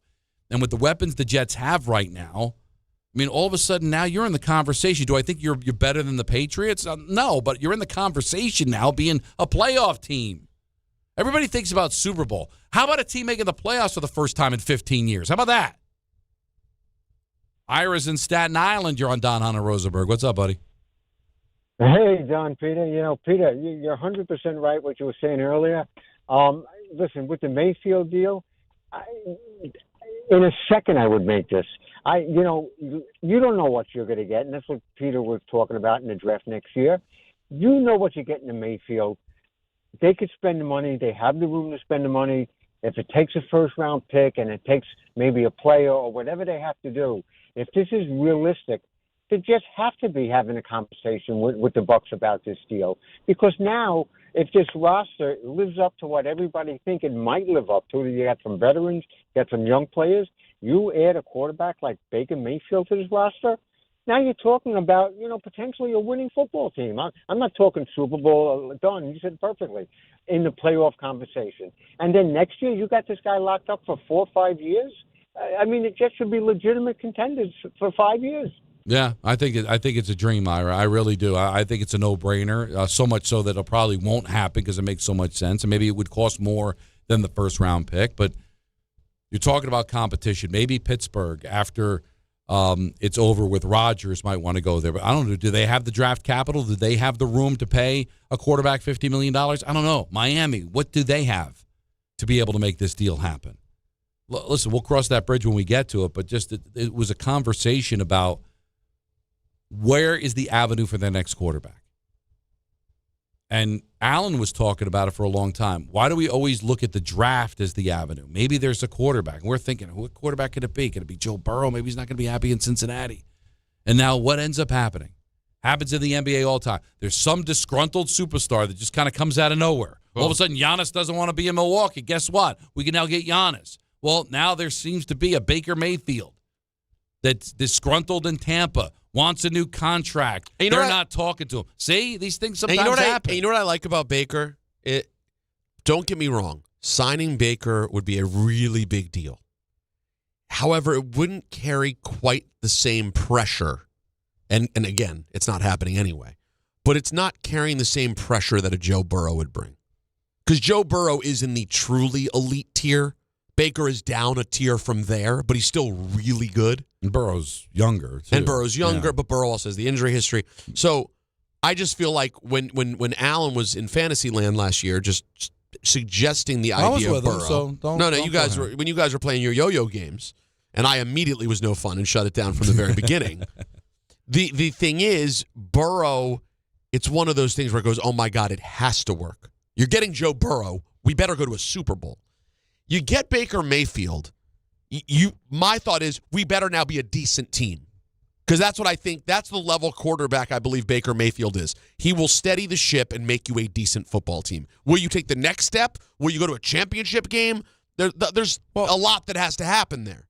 But he really would at least steady the ship. Right, and that's kind of what I'm looking at John Harbaugh being for the Giants. Like, everybody's jumping to it. They could be a playoff team, and we'll get into that in a little bit. I'm just trying to get back on the rails. So are the Jets. 15 straight years of missing the playoffs. So if all of a sudden Baker Mayfield comes here and all of a sudden you're a perennial playoff team, you maybe go to a championship game, and then 5 years from now it's over and you look back and there's no championship, but 5 years of playoffs, couple of playoff wins, fun runs. Thank you. Thank you for putting me back on the shelf here. Yeah.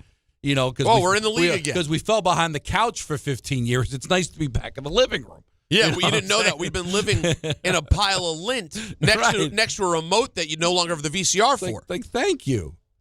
Let's go to Joe. He's in North Carolina. You're on ESPN New York. Hi, Joe. What's going on, boys? It's all happening. I wanted to chat a little bit. I have to listen to everything on pretty much the next day. So I listen to ENN every morning. And I was hearing you guys talk about how basically dramatic and deep Bluey is. And I don't have a kid, but I actually have two dogs.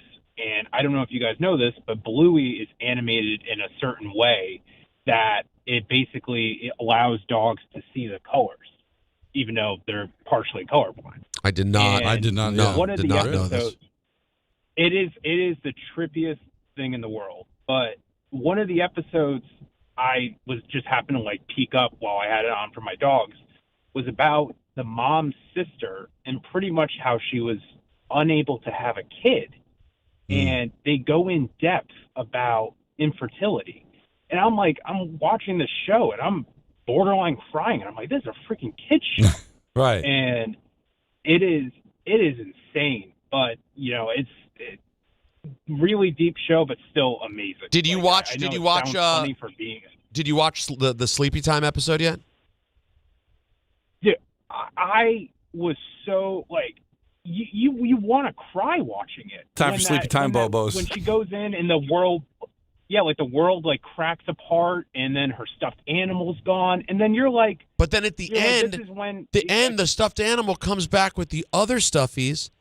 And they close the world in on her, and she says goodbye. It's like, I don't even know. How high are you guys? And what's happening to me? I have no idea. I saw that, and you're like, this is symbolic for when you go from being a young kid to that point where you're like, oh, I'm about to start being a preteen. And they're talking about this in these episodes are 11 to 12 minutes long. It's crazy, man. They're not. They're on PEDs, I believe. It's too. It is. I did not know about the way they colorized it. The dogs can see it. I don't have a dog. Maybe you can test it with. A bear's a bit old now to even care enough. Now, listen, I know it's over a lot of people's heads who don't have kids and wonder what we're talking about. But if you do, and I'm glad that that caller was listening to the podcast and hearing about it, because it does hit, man. The kids, even when they go to the deep things like the infertility of the sister, the kids don't understand. They don't. There's plenty of other things for them to be able to enjoy. There's plenty to tear your hair dirt about. But you, as an adult, are watching this with your kids, and you're like, oh, my God, this is incredible stuff. And they're parents, so you might learn a thing or two about how they're handling something because your kids might go through the same thing their kids go through, and it's just adorable. It's very well done. All right, more of your calls coming up a little bit later on 1-800-919-3776. But up next, we've got That Guy Thursday. We'll do a little Giants as well. We're keeping an eye on the Yankees or the White Sox. That game is still scoreless in the 8th inning. So we'll get into the Yankees once we're done. Mets as well. They lost 1-0 in Game 2 of the doubleheader last night. And I have heard back from Michael Kay about whether or not he would have gone to the Cubs game. Okay. With no Charlie in town. All right. Don, Hahn, and Rosenberg take you able to Mets baseball at 6:30 on ESPN New York. This is DiPietro and Rothenberg. Did you get your windshield fixed? No, this is a big process. I was scared that the whole thing was just going to shatter inwards. Right. And then I'd be cut with glass. I'd drive off the bridge. I'd be a news story. It's not funny. Why is this funny? So if that were to happen, God forbid, why wouldn't you just stop the vehicle? No, you keep going. Hang a left turn 90 degrees and off the bridge we go. Do you understand what shards of glass would do? This is DiPietro and Rothenberg. If that did happen, I would tell people that's how he would have wanted to go. That's not how I want to go. Morning Start with DiPietro and Rothenberg. Weekdays from 6 to 10 on ESPN New York and streaming live on YouTube. Prizes, flyaways, even cash money. You want it? We've got it. Find a list of all contests and official rules by visiting ESPNNewYorkContests.com. That's ESPNNewYorkContests.com. It's summertime, so why are you still living with pain? If you're dealing with neck pain, back pain, joint pain, or nerve pain, don't wait any longer. Call Dr. Jay Shaw at Soundwell Pain. He's Ivy League trained, double board certified, no surgery, no long recovery, no relying on pain medication. Just non-surgical image-guided treatments that help you get your life back. With offices in Woodbridge, Livingston, and Inglewood, and most major insurances are accepted. Help is close. Go to SoundwellPain.com. Feel better this summer, not someday. Fans, arrive early at Yankee Stadium on Saturday, August 8th for the 78th Annual Old Timers Day presented by Fresh Direct. See Yankees legends put on the pinstripes again and take the field at Yankee Stadium. Relive memories of your favorite former Yankees and make new memories with your family. After the Old Timers Day ceremony and game conclude, stick around to see your Bronx Bombers take on Atlanta. Get your Saturday, August 8th Old Timers Day tickets presented by Fresh Direct at Yankees.com/tickets today. Hey, let me ask you something. Would you seat your 3-year-old child on a windowsill? Would you seat them beside a lit fireplace or by the deep end of a pool? One last question. Would you seat your child in a car seat that's not correct for them? Car crashes are a leading killer of children ages 1 to 13. Secure their future. Seat them in the correct car seat. For more information, visit safercar.gov/the right seat. Sponsored by the New York State Governor's Traffic Safety Committee.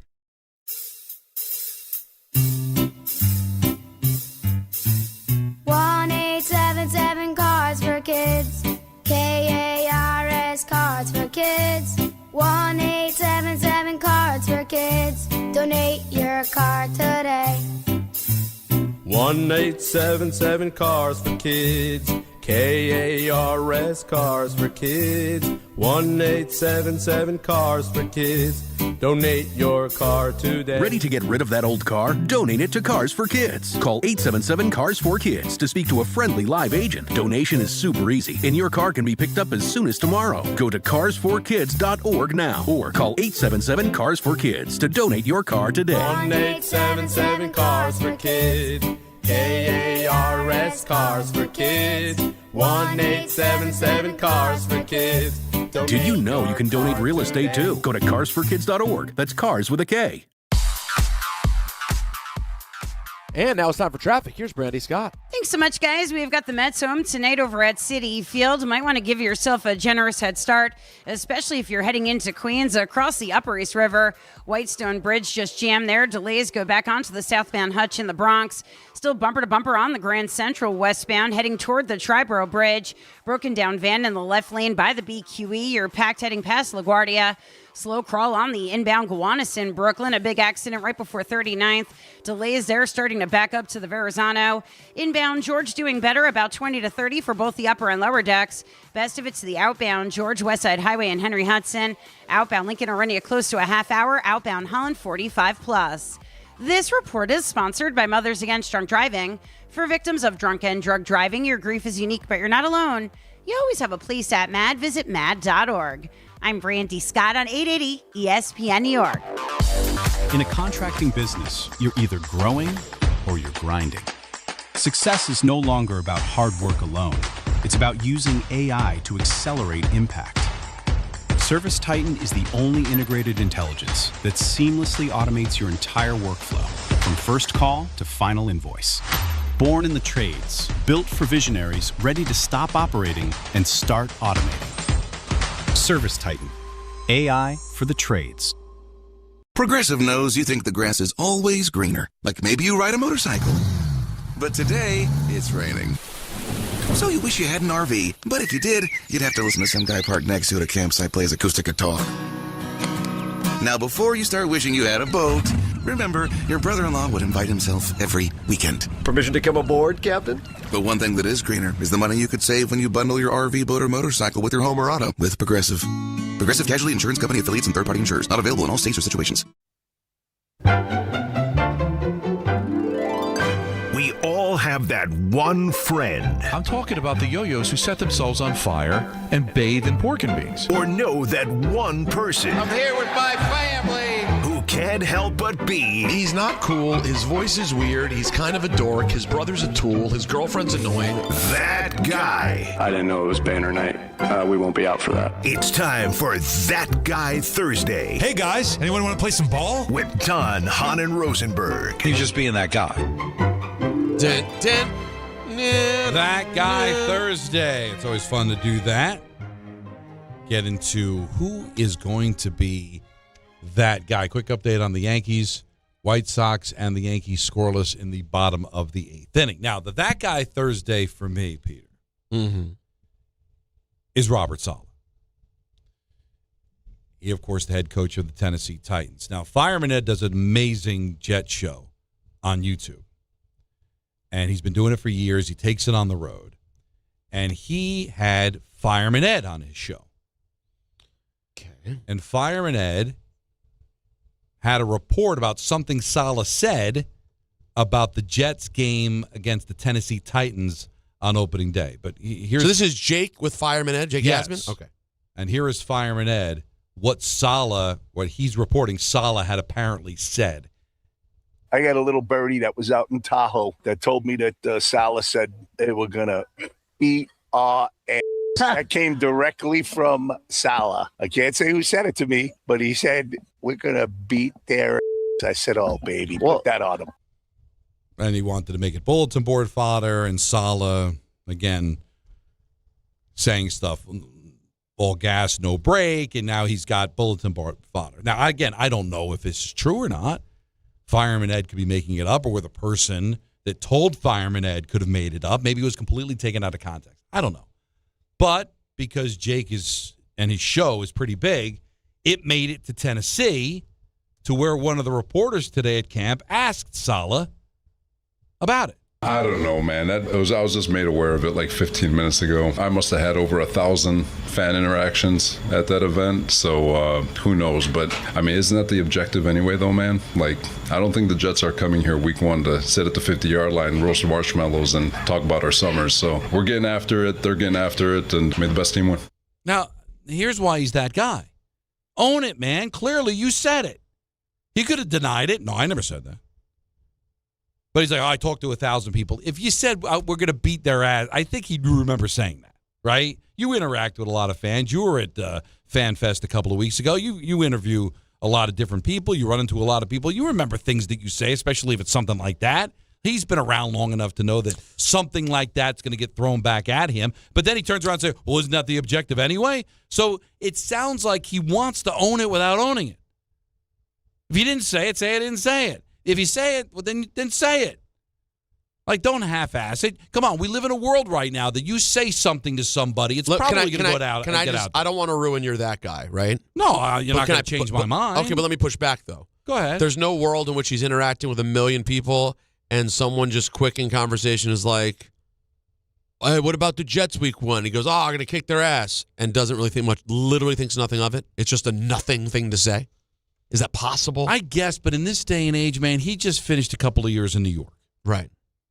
When he said that receipts thing, remember on the Weekly with the K show, he says, I'm keeping receipts. He had to hear that all the time. Now, granted, that was on the radio and people heard it, but don't you have to know that when you're a head coach of a team and you say something that there's a very good chance that it could be taken. So if he did say that and didn't think it was a big deal, that makes him a bad guy. You got to know that everything you say could be a big deal. But then I think he doubles down on it when he's like, well, isn't that the objective? Like, so just own it then. Yeah, so even if you don't remember it, just be like, yeah, I probably did say that because that's what our plan is. That's always what our plan is. Yeah, see, that's perfect. Because I talk to a lot of people, but yeah, I probably did say that because I feel that. Who cares? Right, exactly. Now, this is what he's remember when on the K show. We're all taking receipts on all the people who continually mock and say that we ain't going to do anything. I'm taking receipts. Now, that sounded like it was from a press conference, but he definitely said it on our show. So he was said it. You got to realize that he's a receipt guy. But if this was his first year and he didn't ever coach in New York, I'd say, well, Robert Saleh, he was a defensive coordinator in Seattle and San Francisco and probably didn't talk to the media too often, probably doesn't realize that these things live forever. Fans are, when you say something like that, somebody probably records it. Somebody's going to say that you said it. So if you said it, then own it. But if you didn't say it, then don't say, well, wasn't that the objective anyway? I don't know. It felt like that guy just because I like Robert Saleh, but I do think sometimes he gets caught up in the presentation of things. Like before the game, running up and down the stairs at the stadium, when he was the defensive coordinator, hugging and jumping everybody when they came on the field. Dude, just coach football, all right? Don't try to impress me with all of the pomp and circumstance and different things. No gas, all gas, no brake. Like, these things are stupid, man. Go out there and win football games. That's what people are going to be impressed with. Is it redundant for me to then follow suit and call Fireman Ed that guy, or is it redundant because it's a given that he's that guy? No, you do. No, man. But I mean, haven't I already basically done it? Wasn't there a time? Correct me if I'm wrong. Didn't he cheer on the plane a couple of years ago? And I said if I was on the plane, I'd open the emergency exit and throw him off mid-flight. Yes. I'm not a fan either. I get it. Listen, we get along with each other, but he's that guy. But this is that guy. Like, you're going on a show, which is great that Jake, and this is what makes Jake, Jake is a big Jet guy, and he talks to every kind of part of the Jets world. There's a reason Mike Greenberg listens to Jake's show. He's a real Jet fan who talks to Jet people. So I get why Jake would have Fireman Ed on. But you're just kind of on there stirring it up, hoping to get a headline. Does it really matter if he said he wants to beat the Jets? You know what? And also, do you really get the sense, Don, of all the people to have sort of like beef with on their way out, are you really going to try to come up with some fakakta beef with Robert Saleh? The team was bad. The quarterback was broken. Nothing worked out. Does anybody really have an issue with Robert Saleh? No one's really mad. You're being that guy. Listen, there's nothing wrong with, Fireman Ed giving out information. Here, this is what I heard. Here, I'd have no problem with it if he heard Robert Saleh say it. Now, he probably got it from a good source, but when you're giving out secondhand information, it kind of, listen, Fireman Ed got what he wanted, right? He's gotten, he brought something up that was talked about in the press conference with Robert Saleh. We're airing it. I'm sure the fans aired it. So Fireman Ed got exactly what he wanted. He wanted some pub. He got some pub. He was hoping that this would be something that would end up on the bulletin board in the Jets' wall before the game. Right. Now, would I do it? I wouldn't do it if I heard it from somebody else. Because what good is it? Right? Even if I trusted the guy, I didn't hear it. I didn't hear the context. Maybe he was kidding. Like, if he had said it to me, I would tell the world because he said it to me. Hey, I was talking to Robert Saleh the other day. He says he's going to beat the Jets' ass on opening day. That's a story. If I hear it from somebody else, Peter, and now it's secondhand, I don't feel like it's anything. Someone saw him and he said he's going to beat the race. That's nothing. No shade at Jake. No, Jake should have conversations like that. By the way, you got to fill a Jet show year round. You got conversations. And Fireman Ed's a thing. It doesn't do anything for me. And I told my story of the interaction I had with Fireman Ed. We're good. Are you? But no, listen, he's not my cup of tea because I'm not a Jet fan. But I think he's no big fan of yours. Everybody's trying. We're all doing it. We're all trying to get ours, right? We're all trying to get attention, and he's trying to get attention. I'm trying to get ratings. I'm trying to get people to listen to my show. So we're all in this doing something. But I mean, everyone's doing their yo-yo. It was a nothing burger, but nothing burgers all of a sudden end up on the plate of the head coach. Like that ended up in Tennessee. That's the world we live in now. That's what Robert Saleh's got to realize. It's an absolute nothing burger that 48 hours later gets asked at a press conference in Tennessee. Because everything is something now. There's no more nothing burgers. Everything's a burger. It's just a matter of whether it tastes good or not. Right. Still going to end up getting served to you. Now, speaking of burgers. What do you got? I asked Michael Kay. Oh, yeah, this is something. I said to Michael, are you ready? I'm always ready. Don believed that if you were alone in Chicago, you would have gone to Wrigley on Saturday. I said, no way, you would luxuriate in your hotel room. He said, likely not. And then he added, Don would go to a hockey game if there was a convention of nude cheerleaders at his hotel. Yeah, probably, because what am I going to do with these nude cheerleaders? Oh. There are people who might argue at least it's entertaining. For what? Just take a look. So take a look on the way out to the hockey game or take a look for 2.5 hours? Well, it depends what's going on. Then they call the police. It depends what's going on at this convention. I've never been to one of these nudity conventions. Listen, he keeps getting on me. Peter, you've heard the story before. We were in Tampa, Florida for the Super Bowl. Mm-hmm. The Lightning were playing the Canadians. We were staying at a hotel that was right next to the arena. I think it was Amalie Arena at the time. And I said, I'm going to go to the Canadians Lightning game. And they were going to Hooters. And by the way, this is 15 years ago where there was a Hooters on every corner. It was worse than Starbucks. I said, no, I can go to Hooters anytime. I'm going to the Lightning Canadian game. And he made fun of me for that. Who made the right decision? Even if you're not a big hockey fan, who would you go with? Would you? Well, you're a bit of a suck up, but take that out of the equation. Excuse me? Would you go to Hooters with everybody, or would you go with me like a gentleman, get a couple of beers, and watch a hockey game? It depends There's so many factors. Where were you exactly when this whole thing came up? We were in Radio Row in Tampa. Okay. Show's over. Show's ending. Who's right. there? Paint the picture. It's me, Mike Brownshire, Ryan Hurley, Aaron Spielberg. Okay. Our program director. Right. And when the show ends, you go, hey, I'm going to go to the hockey game. Talking about it the whole show. I'm like, the Lightning are home. They're taking on the Canadians. I'm going, who's going with me? And because everybody thinks that Michael Kay can do things for him, I don't know. What's Michael going to do? And Michael says, I'm going to go to Hooters. And everybody, like a bunch of sycophants, all just follow him to Hooters. And I, like an independent person of right mind and right Sound soul. Brownshire's here, actually. I told you that. I met the owner of the Lightning at the game because I had ran into him at the NHL store one time. And I met him at the game. And he was the owner. He was the producer for 2.5 I'm telling Brownshire to come in here. He's scared you're going to yell at him. Look, because now I've lost confidence that he was there. Oh, he was not there. So it might not because he looked at me like I had 10 heads. Right, and when I thought that, I put my hand up like, no, I don't need him to come in and say no, I wasn't there. Oh, sorry. Sorry, I missed that happening between you guys. So maybe it was Gunling or someone? It might have been Gunling. Okay. All right. Yeah, it probably was Gunling. Here's where I take issue. But I met Orrin Koulis, who's the producer of 2.5 Men. I got to hang out with. Isn't that no? Well, you met Lindsay, who served you the wings at Hooters. That must have been a hell of a conversation. So how long you been at the Hooters at Tampa, Lindsay? No, since I got out of high school. That's great. That's fun. And she's 60 now. Now here's the thing. She might be. You're going. I know the route you're going, and I've seen it before.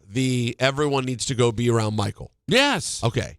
That's cool, man. However, in this case, I'm going to push back. Oh, come on. There's a chance, Don. It's good to go in a Hooters. But hear me out. If the Hooters is like close and easy, I'd rather probably chill at the Hooters and eat wings and watch whatever's on the TVs than be committed to a hockey game for a few hours. I'm being that's not about it. No. That's I'm not good company. That's not what I mean. Don, I don't think that's what they mean. No. I'd go because I'm a Hurley's in hockey his phone fan. trying to book the next show, right? But they're not going, I don't want to go to a hockey game with Don. Right. The thought for Peter stops at, I don't want to go to a hockey game. Yeah, like, are the Penguins playing? With Don. No. Oh, all right. You're a delight to be with all the time. Is Connor McDavid playing? Like, am I getting to see the best player in the world? He wasn't even a thought at that point. He was a thought. He was barely a thought in his mother's eye. Listen, the Lightning were good at the time. I was able to get credentials. I went down into the room after the game. That's where I met Orrin Koulis. Little Ruslan. You would have met Orrin Koulis. Maybe you don't care, but who'd you meet at Hooters? But why is it about who you meet? It's just about a good time. Again, sit with your friends like a gentleman having a drink, looking at some Hooters. 4 asses that you sat with for 6 hours at Radio Row. Now you're going to go sit, eat overrated wings. No, they have very good wings. Let's not stop it. No, let's you not. don't enjoy my company. That's fine. I could take or leave yours. Was this had to be the 09 one, yes?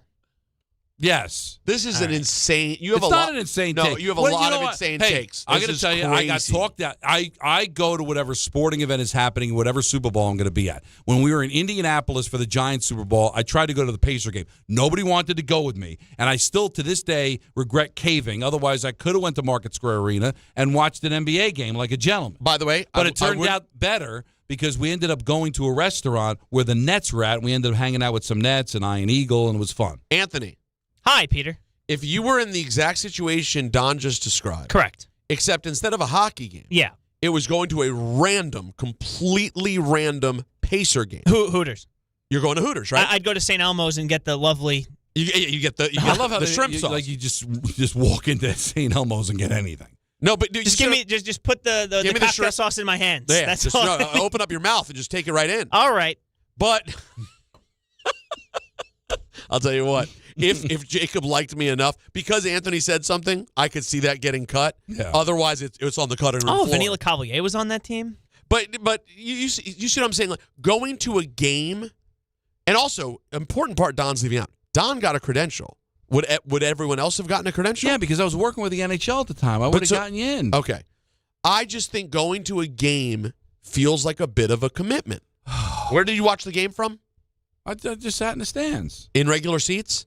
Yeah. Not in a suite or anything. No, we did that in Dallas. I hooked everybody up with suites in Dallas. Now we're having a conversation. And they all bitch. We want to go. And then all of a sudden, Peter King's in the suite with us, and Michael was in Dreamland. Well, hold on. Let me just say, I tell you right now. Peter King, I'm not. No movement. Free wings and beer? Yeah. Movement. Anthony, you would have came to the Lightning Canadian game. But he wouldn't have gone if it was basketball. No, I wouldn't have gone. I would go to pretty much any. Don goes, Anthony, let's go to a hockey game. I'm like, all right, sounds good.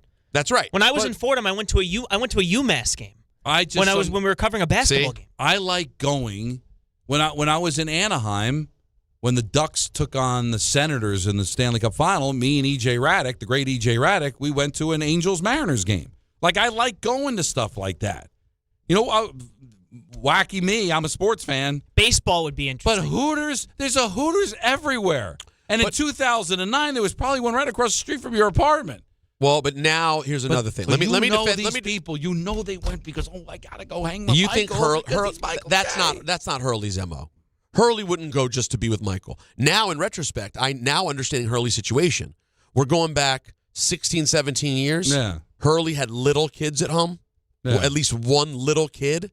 so you're just enjoying getting to be off on your own. I could see just wanting to go sit in a Hooters like a gentleman and have a beer and some wings. Why are you taking it as a personal affront to you? No, I'm taking it as a personal He's affront out of to me his because mind, if folks. Michael decided to Ladies go, and gentlemen, he's out of his if mind. Michael K decided, you know what, I'm going to go to the Lightning game because Tino Martinez is going and I want to swing by and say hello, they all would have followed him like the Pied Piper into the Amalie Arena, and I would have been like, you know what, I feel like going to Hooters because I wanted to see how Lindsey's doing since the last Super Bowl, and I would have been sitting there by myself, and everybody would be enjoying Vinny LeCavalier and Orrin Coolis in Tampa. Young Stamkos was on that team, too. See, I'm telling you. Young Stamkos. All right. I hate all of you, ESPN New York. Monkey Sports, built by players for players, is your one-stop shop for hockey, baseball, lacrosse, and more. Find top-name equipment and expert in-store services like sharpening, break-ins, and relacing. Shop in-store at Monkey Sports in Farmingdale or Woodbridge or online for all the top brands. Whatever your sports, Monkey Sports gets you game ready fast. Monkey Sports, where athletes shop. Orgavada Zona? Is that a word?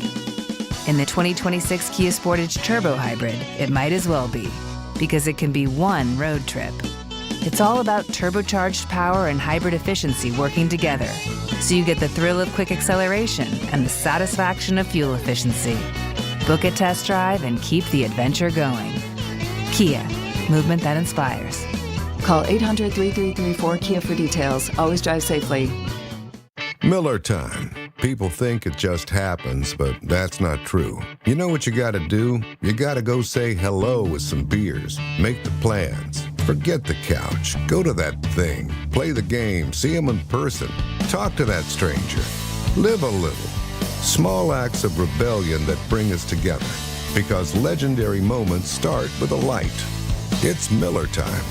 Celebrate responsibly. 2026 Miller Brewing Company, Milwaukee, Wisconsin. I'm David Ortiz. When I lost my mom, she was only 46. And I lost my dad to cancer. It was the worst pain I ever felt. It made me think, what will happen with the people I love when my time is up?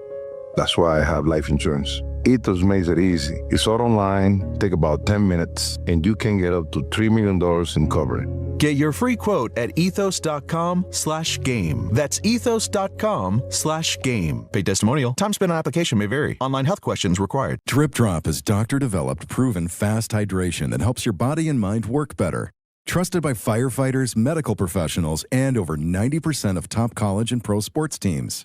Drip Drop is engineered to hydrate faster and more effectively than water alone, with 3 times the electrolytes of leading sports drinks. Stock up now at dripdrop.com and use promo code RADIO20 for 20% off your first order. That's dripdrop.com, promo code RADIO20. Download to see if you qualify. Not all customers will qualify. Transfer fees may apply. No Albert subscription required. Albert is not a bank. Albert Instant Loans are issued by FinWise Bank, member FDIC. Not an actual client. Terms apply. Kylie, what's wrong? I just got hit with a car repair bill. I'm behind on rent, and I feel like I can never save any money. Have you tried the Albert app? Albert is your financial assistant, helping you find ways to save and create custom budgets to actually grow your money. Plus, you can get up to $10,000 for big expenses, or advance up to $1,000 fast when you need cash right away. Albert can get me up to $10,000? Exactly. Albert spots you in a pinch and helps you grow your money in the long run. I'm downloading Albert right now. Download the Albert app and use promo code CLEAR to borrow up to $10,000 for whatever you need. The Albert app helps you budget better and save more money so you reach your financial goals faster. Download the Albert app right now and use promo code CLEAR to borrow up to $10,000. Use code CLEAR to borrow up to $10,000. Congratulations, New York. The Knicks did it. Through battle after battle, they dominated to become this year's NBA champions. Day in and day out, the hard work paid off, and you were there every step of the way. Enjoy the crown. Own it, because this year is your year. A part of your legacy that will never be forgotten. So celebrate this moment, show your pride, and shop the largest selection of official NBA gear at NBAstore.com. A Fanatics experience. Just like the New Jersey Devils bring intensity on the ice, Viking Pest Control brings that same level of protection to your home. And I know this because I use Viking at my own place. The season may be over, but pests are always in play, so it's time to lock in your off-season defense. As the pest control provider and proud partner of the Devils, Viking delivers 45 years of trusted experience to keep ants, cockroaches, stinging insects, rodents, mosquitoes, and more out of your zone. Their local team builds a personalized plan that actually works. You can tell them, listen, I'm having an ant problem, I'm having a mosquito problem, I'm having a rodent problem. They're right on it. And when you bundle pest control with mosquito services, you score big savings. One call, one company, total peace of mind. Visit VikingPest.com, protecting your home inside and out. Brian Hoke tweeted that Jazz Chisholm walked back to the dugout in the ninth inning limping. I did not see, Anthony, whether he came out to play or what the situation is in the top of the 10th. We won't know. He's not in the field. I don't know when he's due up. Grisham's up now. I think he had made – he's not due up this inning, obviously, because I think he got injured earlier. So we'll have to wait and see if he's out of the game. But he did limp back to the dugout in the ninth inning. Yankees have runners at the corners with one out in the top of the 10th inning in a scoreless tie in Chicago with the White Sox. And Grisham just laced a single. So the Yankees have broken the tie here in the top of the 10th inning. We'll talk Yankees once that game is over. Let's get back to the busy phones, and let's talk to Peanut in Palm Bay. You're on ESPN New York. What's up, Peanut? Hey, what's up, DL? What's up, PR? What's up? I originally wanted to talk baseball, but I'm looking at PR, and so Peter, you would rather eat Hooters wings than hang out with Don. That's what he was saying. I think they're overrated. They're different. I get it. Some people like it. But, Peter, what Peanut's saying is you'd rather eat Hooters wings than hang out with Don. No. It's not what I'm saying. And he's wrong. Peanut is an idiot. No offense, Peanut. No. Come on, dude. Peanut. Like I'm only going on what you said. No, Peanut. Listen to me. It's not about the Hooters wings only. It's about I'm with a bunch of my friends. One of my friends is like, hey, I want to go to a pro sporting event tonight that involves like you're locking in to sitting in little uncomfortable seats for 2.5 hours to watch a game that I have no rooting interest in. What's different from Hooters? What's different from Hooters when you're talking about that? I don't know when you're sitting in a small seat eating crap chicken wings. With a waitress with a waitress who's coming by and with a menu and bringing you whatever you want. You're not wandering through the what arena were you at? Well, it was Amway Center? What was it was Amalie Arena at the time. What is it? The St. Pete? I don't even. They keep changing the name of the arena. That's not the same. Tampa. That's not the same as sitting at a restaurant. You're leaving the Hooters to join Don on whatever event. You already ate wings and had beer. You're leaving the Hooters to go and have fun. No. This was it was either or. We were at. No, just to give you the context of the situation, we were at Radio Row in Tampa, which is at the convention center, which is close to the arena and the Hooters. What are we going to do tonight, guys? What do you want to do? I said, I'm going to the Tampa Bay Lightning game. And Michael's like, I'm thinking of just going to Hooters and get something to eat and watch some games. And everybody went with Michael. But the thing is, Peter, it wasn't because of the game. You can only watch the game once. You can go to a Hooters whenever. What do you mean? Hold on. Why can I? Once in a lifetime experience. Once in a lifetime to go to a random hockey game? Why? Go to Hooters. They're both the same. Is Hooters not routine? By the way, Hooters not routine. You want to know the truth? I have 1,000%, as God is my witness, been to more hockey games than I've been to Hooters. I've been to Hooters maybe 5 times in my life. I've been to 50 hockey games. But it's just like when in Rome, man. Like, we're in Tampa. The Lightning are in town. Let's go check out a game. Okay, it's not exactly. Have a couple of beers. Hold on. It is at that time. I can't speak for now. A couple of Stanley Cups later. I wouldn't have viewed that as like I'm in Montreal. I got to catch a Habs game. I don't see it the same way. No, but whenever I'm in a city, it's just me. But that's you. That I want to see who's in town. Anthony, that's not a when in Rome thing. Maybe now you could make the case, but back then, was it a when in Rome thing to go to a Lightning game? Well, okay, I'm not gonna pretend that like it was can't miss. But Lecavalier, Saint Louis, they were on that team, so it was for a person that likes hockey, it was something to do. Whereas Don But not when in Rome. I wouldn't say when in Rome, and if I'm not mistaken, I'm doing the math on it. Don, did you remember who they played? The Canadiens. Oh, they were playing the Canadiens. Oh, so it was the 5-3 win on the 27th. That's not a bad game. Not a bad game. Not a bad game. Yeah, but who was the waitress at Hooters? That's the question. Steve Downey. I am just telling you, I'm taking it personally. I'm telling you out of your gourd. I'm right.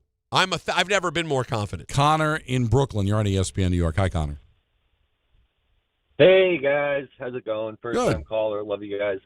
I hate to sit here and defend my former head coach, Robert Saleh, but Fireman Ed is a fool. He gave up on the team in 2012. He's a Dolphins fan to begin with. He moved here from Florida. He's not even really a Jet fan. Well, Woody Johnson should have given him the Charlie Oakley. I love this team. He should know. But I am. Listen, 2012 was when I got in the confrontation. He should have the Charlie Oakley. Oh my God, he's horrendous.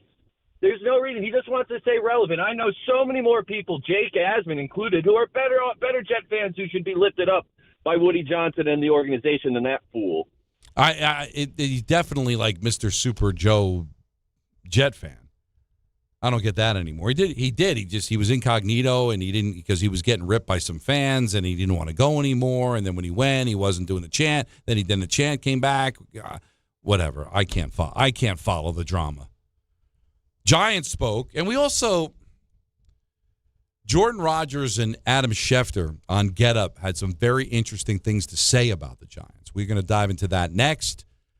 Coming up at 6 o'clock, we got ENN. 6:30, it's Mets baseball. It's Don, Hahn, and Rosenberg on ESPN New York.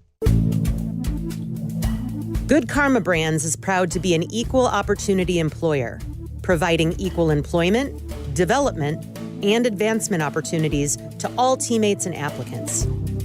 To learn more about careers with us, please send an email to talentacquisition@goodkarmabrands.com. That's talentacquisition@goodkarmabrands.com. When care matters most, experience matters more. The Allure Group is redefining rehabilitation and long-term care across New York with 6 convenient locations. Their expert clinicians create personalized care plans to help you recover, rebuild, and get back to what matters most. From short-term rehab to long-term care, Allure is committed to comfort, dignity, and results. To learn more, visit allurecare.com. The Allure Group, where care meets compassion. At City Harvest, we believe no New Yorker has to go hungry. With your help, we're on the road 365 days a year, rescuing over 77 million pounds of nutritious food and delivering it free to millions of New Yorkers, transforming surplus food into sustenance, sustainability, and smiles, rallying thousands of New Yorkers to power a network of nourishment across our city. One day, one meal, and one New Yorker at a time. That's how we feed good. Donate at cityharvest.org. There are a million reasons to love New York. Making your budget stretch isn't one of them. According to an independent study, Amazon prices average 14% lower than other retailers. Get food, fashion, furniture, and more shipped straight to your building. Plus, another study found Amazon Prescription Pass customers pay nearly 1/3 less out of pocket. Learn more at aboutamazon.com. Now let's take a look at the traffic with Brandy Scott. Thanks so much, guys. Just a bad ride across the Upper East River at the Whitestone Bridge, no matter which way you're headed, getting into Queens. And we also have the Mets home tonight at Citi Field. Packed ride there. Delays go back onto the southbound Hutch in the Bronx. Heading into the Bronx, a crash mid-span. Expressway northbound pretty much at a standstill there from Citi Field and Northern Boulevard. Just picked up that accident on the inbound Gowanus in Brooklyn by 39th. Damage is done. Delays go back across the Verrazano onto the Staten Island side. Worst of it's the outbound George, Cross Bronx westbound, slam from the Bruckner on through. Inbound George, about 30 to 40 for both the upper and lower decks from 80-95. Outbound Lincoln Arnie, about 40 minutes. Outbound Holland, close to an hour. This report is sponsored by the New York City Department of Transportation. Speeding ruins lives. Drivers, watch out for pedestrians and cyclists and slow your turns to less than 5 miles an hour. I'm Brandy Scott on 880 ESPN New York. Your ambition just met its match with Robinhood. You play for the win, not just on game day, every day. Channel that drive into your money. Robinhood puts you in control, all on one platform. You expect more from yourself. Expect more from your money. Get started today at Robinhood.com/yourmoney. Again, that's Robinhood.com/yourmoney. Your money, your move.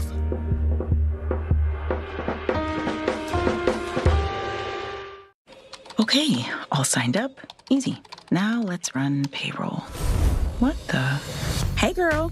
I'm you with more gusto. Nice. Who's that? New social media manager, hired and onboarded with gusto. And spoiler, we're kind of famous now. Wait, we're famous? Oh, well, I'm famous. Payroll, benefits, and HR. Designed and built for small businesses. Choose a future with gusto. Congratulations to the New York Knicks. They are the 2026 NBA champions. WHSQ and WCBS FM HD2, New York.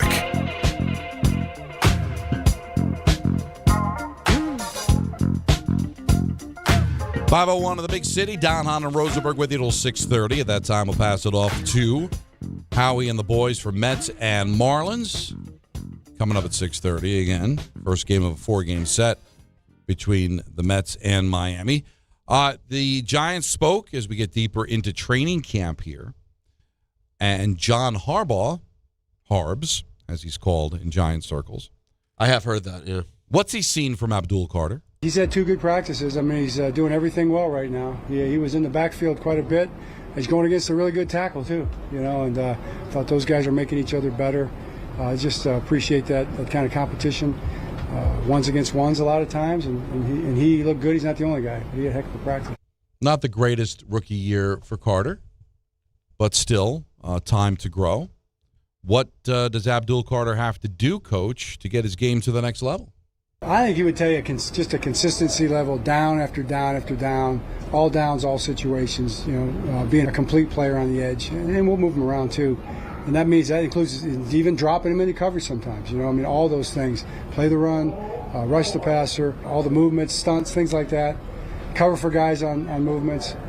All those things that he's determined to do. I've heard him say it many times, to be a complete player. I think Harbaugh could be really good for Carter because, again, the problem that you had with Dable is he's an offensive guy. A new coach, respected guy comes in, and he's got his hands everywhere. He's done a lot of good things on both sides of the ball in Baltimore, and I think he could be good for Abdul Carter, and certainly the new D coordinator can be as well. How about the intensity during Giants practice? I think it's just the guys are having fun and competing and getting after it, and it was good. It was all good-natured, and it was a highly intense practice, and it was fun to be a part of. It was fun to be in the middle of it. That's why I said when you come off the practice field, we just had football practice, in the NFL, in a beautiful setting. It was awesome. Yeah, they're in West Virginia because the Giants are going through all of the reconstruction of their camp, so they're away. It's tough, man. When the Giants used to go up to Albany was one thing, and then the Jets went to Cortland, which was even farther away. Mm-hmm. And now these guys are in West Virginia, and what is that? That's maybe a little bit closer than Pittsburgh? It's a ways, though.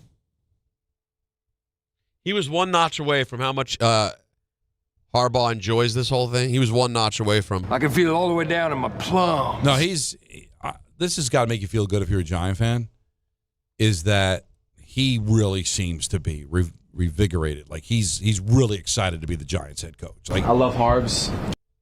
It's not the fact that he's still coaching. Let the boy watch. He was going to land on his feet no matter what.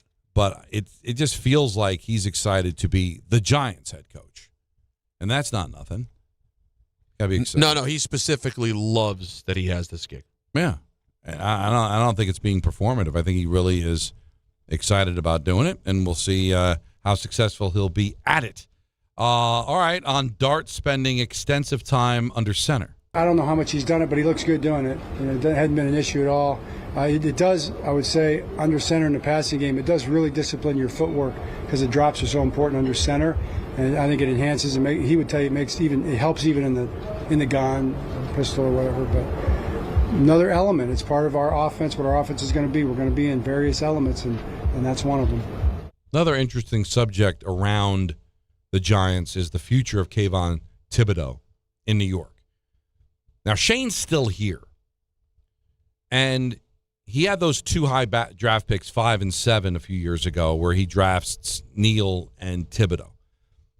You wonder if there was a new general manager, if the Giants had parted ways with Shane, then the new GM wouldn't care about where any of those guys were picked. But, Shane's invested to see if it could work. Neal's still here, playing a different position, and Thibodeau is still here. So John Harbaugh praises Kayvon.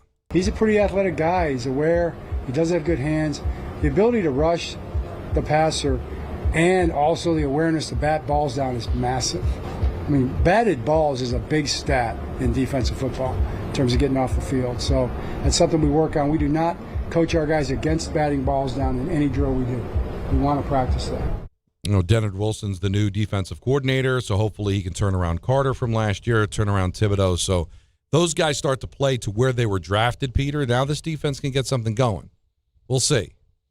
But I think coaching is so much part of the game in football, and the coaching just feels like it's so much better than it's been. Malik Nabers is the other drama at Giants That's camp. a big one. Will he be ready for opening day? He's had a good camp. The last couple of days have been good for him. He spoke today how it felt to be back onto the field. It felt good. I mean, I might not show it. I know I like to be a person that you never know my facial expressions. I'm always just smooth and calm, but it felt good to be out there with the guys, get a couple throws, just move around. You know, I never moved around in a long time, but running routes felt good out there. He was asked if there's a target date. There's no target date, just stacking days, and you know, I'll continue to let everybody know how I feel and when I'm able to, get back out there. Yeah, it's so early, Peter, because all he's doing is just kind of going through the motions, and it's been so long since he's played. You're not going to know until they really start to ratchet it up. I don't know if he'll play in any of the preseason games. Last thing you need to get I would highly doubt it based on what we heard. For sure. So, but it's going to take a while here in camp to find out if he's going to be ready to go out there and play in anger on opening day against the Dallas Cowboys. What have you seen from Dart heading in to his second year? I just see him be like that leader that, we need, game manager, that person in the locker room that gets everybody going and picking guys up. He's picking me up through this process also. But just, he can read people very well, and he reads me. He's always coming up to me. He's like, what you thinking about? Because I'm always in my head, I'm always thinking about, stuff, and he's always like, I know you're thinking. And, I have great talks with him, and he's always, pushing me to be better, pushing me to just continue to stack days, pushing me, and just, getting back to what I once was so, we could, play together and be great together. These players sign, Peter, and then you kind of forget about it, and then the season starts. Like, oh, yeah, Odell Beckham Jr. is a Giant. He's back. Malik was asked about Odell's presence with Big Blue. Just a great role model, a great leader that, we put in the room. He's had a few injuries in the past. He had the same injury as me. So just talking through with him on just how he handled that, what was his rehab process and what things that he did to help himself come back, just keeping him, in the back corner and just, he's always feeding me good energy. So it's good having him around. He's always still lifting me up, always continue to call me, ask me how I feel, send me text messages on just motivation. So just having him around has been great for sure. Surreal for you? It is so real. I mean, we know the story going back. Yeah, it is so real. I got family members and friends that it's so crazy that they see me playing with him or see me on side of him. But I'm just taking every moment in. Kind of crazy how you go from kind of diva wide receiver to now wily veteran helping out the young guys. It's one of the great things about sports. The storylines just change. Mm-hmm. People just evolve. You have to remember, when we make a lot of decisions, especially in the media where we're expected to talk about it 24/7, 365, we make a lot of decisions on people who are children. Like literally, when you think about, like, Odell, when we were talking about him, Don, was way too close to Marco's age right now. That's true. They're 20 years old. They're 21 years old. You have a bunch of injuries. People get married, they have kids, they think they're going to lose their career, they get it back, they go win a Super Bowl somewhere. Like, Odell's done it all now. I think, there's been a lot of talk about the Geno thing. The prodigal son and the redemption story, in some ways, probably a lot more compelling with Odell if he were able to be a real part of this. Now, we don't know how much playing time he'll get. Or if he'll even make the team. We don't know. Right. And we don't know where he's at physically. But, Don, in a world in which he does make the team and he's the third or fourth guy, or I guess he's more likely the fourth or fifth guy at this point, if he were to be a valuable contributor and help Nabers develop and they were actually good and, like, in a big game, he had a big catch still. Like, I got to tell you, given the up and down that the fans had with how massively popular, because keep in mind, God bless him, and I'm happy he's getting the chance. Geno Smith was never popular. No. Odell Beckham was the most popular jersey in the stadium. This isn't a guy. He was not a role player on the Giants, Don. He was the guy. No, he was the man. That 2016 season when the Giants went 11-5, they made the playoffs, the whole boat trip thing. It was him and Eli. It was just that was their offense. So it seemed like every big play, every big moment was at least one or two big plays to Odell. Defense played well, and they won. And the wily veteran at that time was Victor Cruz. Yeah. Crazy. It is pretty. But I had it on my bingo card that Cruz would be that guy. I didn't have it that Odell would turn out to be that. But it's been a windy road. He's had every day is a winding road. He's had injuries. He's won a Super Bowl. He's been all over the place, and now he's been humbled. Now he's trying to extend his career. And I do think there's the redemption story of he didn't like the way that it ended, trying to make it work here. And if his body could hold up, I think it could be a really cool story. Nabers talks about the mental battles he's dealt with as he recovers from his injury. I mean, this is my first time mental battle that I have a mental battle, but I would say just keeping, friends and family close, people that know exactly, how they see you, in the near future or what they see and, and how you attack things. I think just having positive people around you, that helps, in this long-term battle. Because you can definitely get lost in your own mind or just, you never know when you're going to be able to do something. And I got stuck in that also, just dealing with this, rehab, just long-term, just doing a lot of stuff and you're not seeing improvements and you're always staying in the same spot week by week. But, just seeing the light at the end of the tunnel, is that everyday process is just thinking that you're going to get better and believing that you're going to get better and just stacking days, like I said, and just trying to make every day a positive matter. Like, don't go into the day, just not expecting to get some out of it. I think I've, attacked this rehab as I'm trying to get better every day. No day is different, and I'll work in the day before and just trying to improve on a matter of just getting back healthy. All right, so Get Up this morning, Jordan Rogers was on with Adam Schefter. Jordan Rogers. That's right. Not Jordan Ronan. No, Jordan Rogers. Yeah, that's Aaron's brother. That's right. And the topic of the Giants came up. And both believe Giants will go to the playoffs if healthy. Just look at who they were last year without Malik Nabers, right? He missed all of Jackson Dart's time last year. They were in 7 one-score games, and they lost all those. And that was without their best receiver. That was without Cam Scadaboo for 9 games. They add Isaiah Likely at tight end. The weapons around Jackson Dart in year 2 are so much better. They were a top 15 offense with Jackson Dart last year, 22 points per game. They're a top 10 offense with Malik Nabers, with Isaiah Likely, a group of veteran receivers that kind of round that room out with a healthy Cam Scadaboo. This is a team that will be top 10 on offense and make a playoff run with healthy pieces on offense. You didn't even mention that they hired John Harbaugh to coach this team. Yeah. You didn't even mention that. So if there are 7 one-score games, and if, and this is the big if Jackson Dart and Cam Scadaboo and Malik Nabers stay healthy, if those guys are healthy, this team will go to the playoffs. Yes. That's bold, man. All right. And I was just talking to Jake Assman before his show was over. He believes the Giants are a playoff team. Dave Rothenberg in the morning believes that they can be a team that can win 9 games. And if you win 9 games, you're 9-8. I would think in this day and age with the extra wild card, you're a playoff team, or at least in the contention for it. I haven't allowed myself to wrap my mind around it. I've been saying it the whole time, Peter. I just want this team to function again. I'm not going to say playoffs or bust. Can I ask you a question, though? Yeah. All right.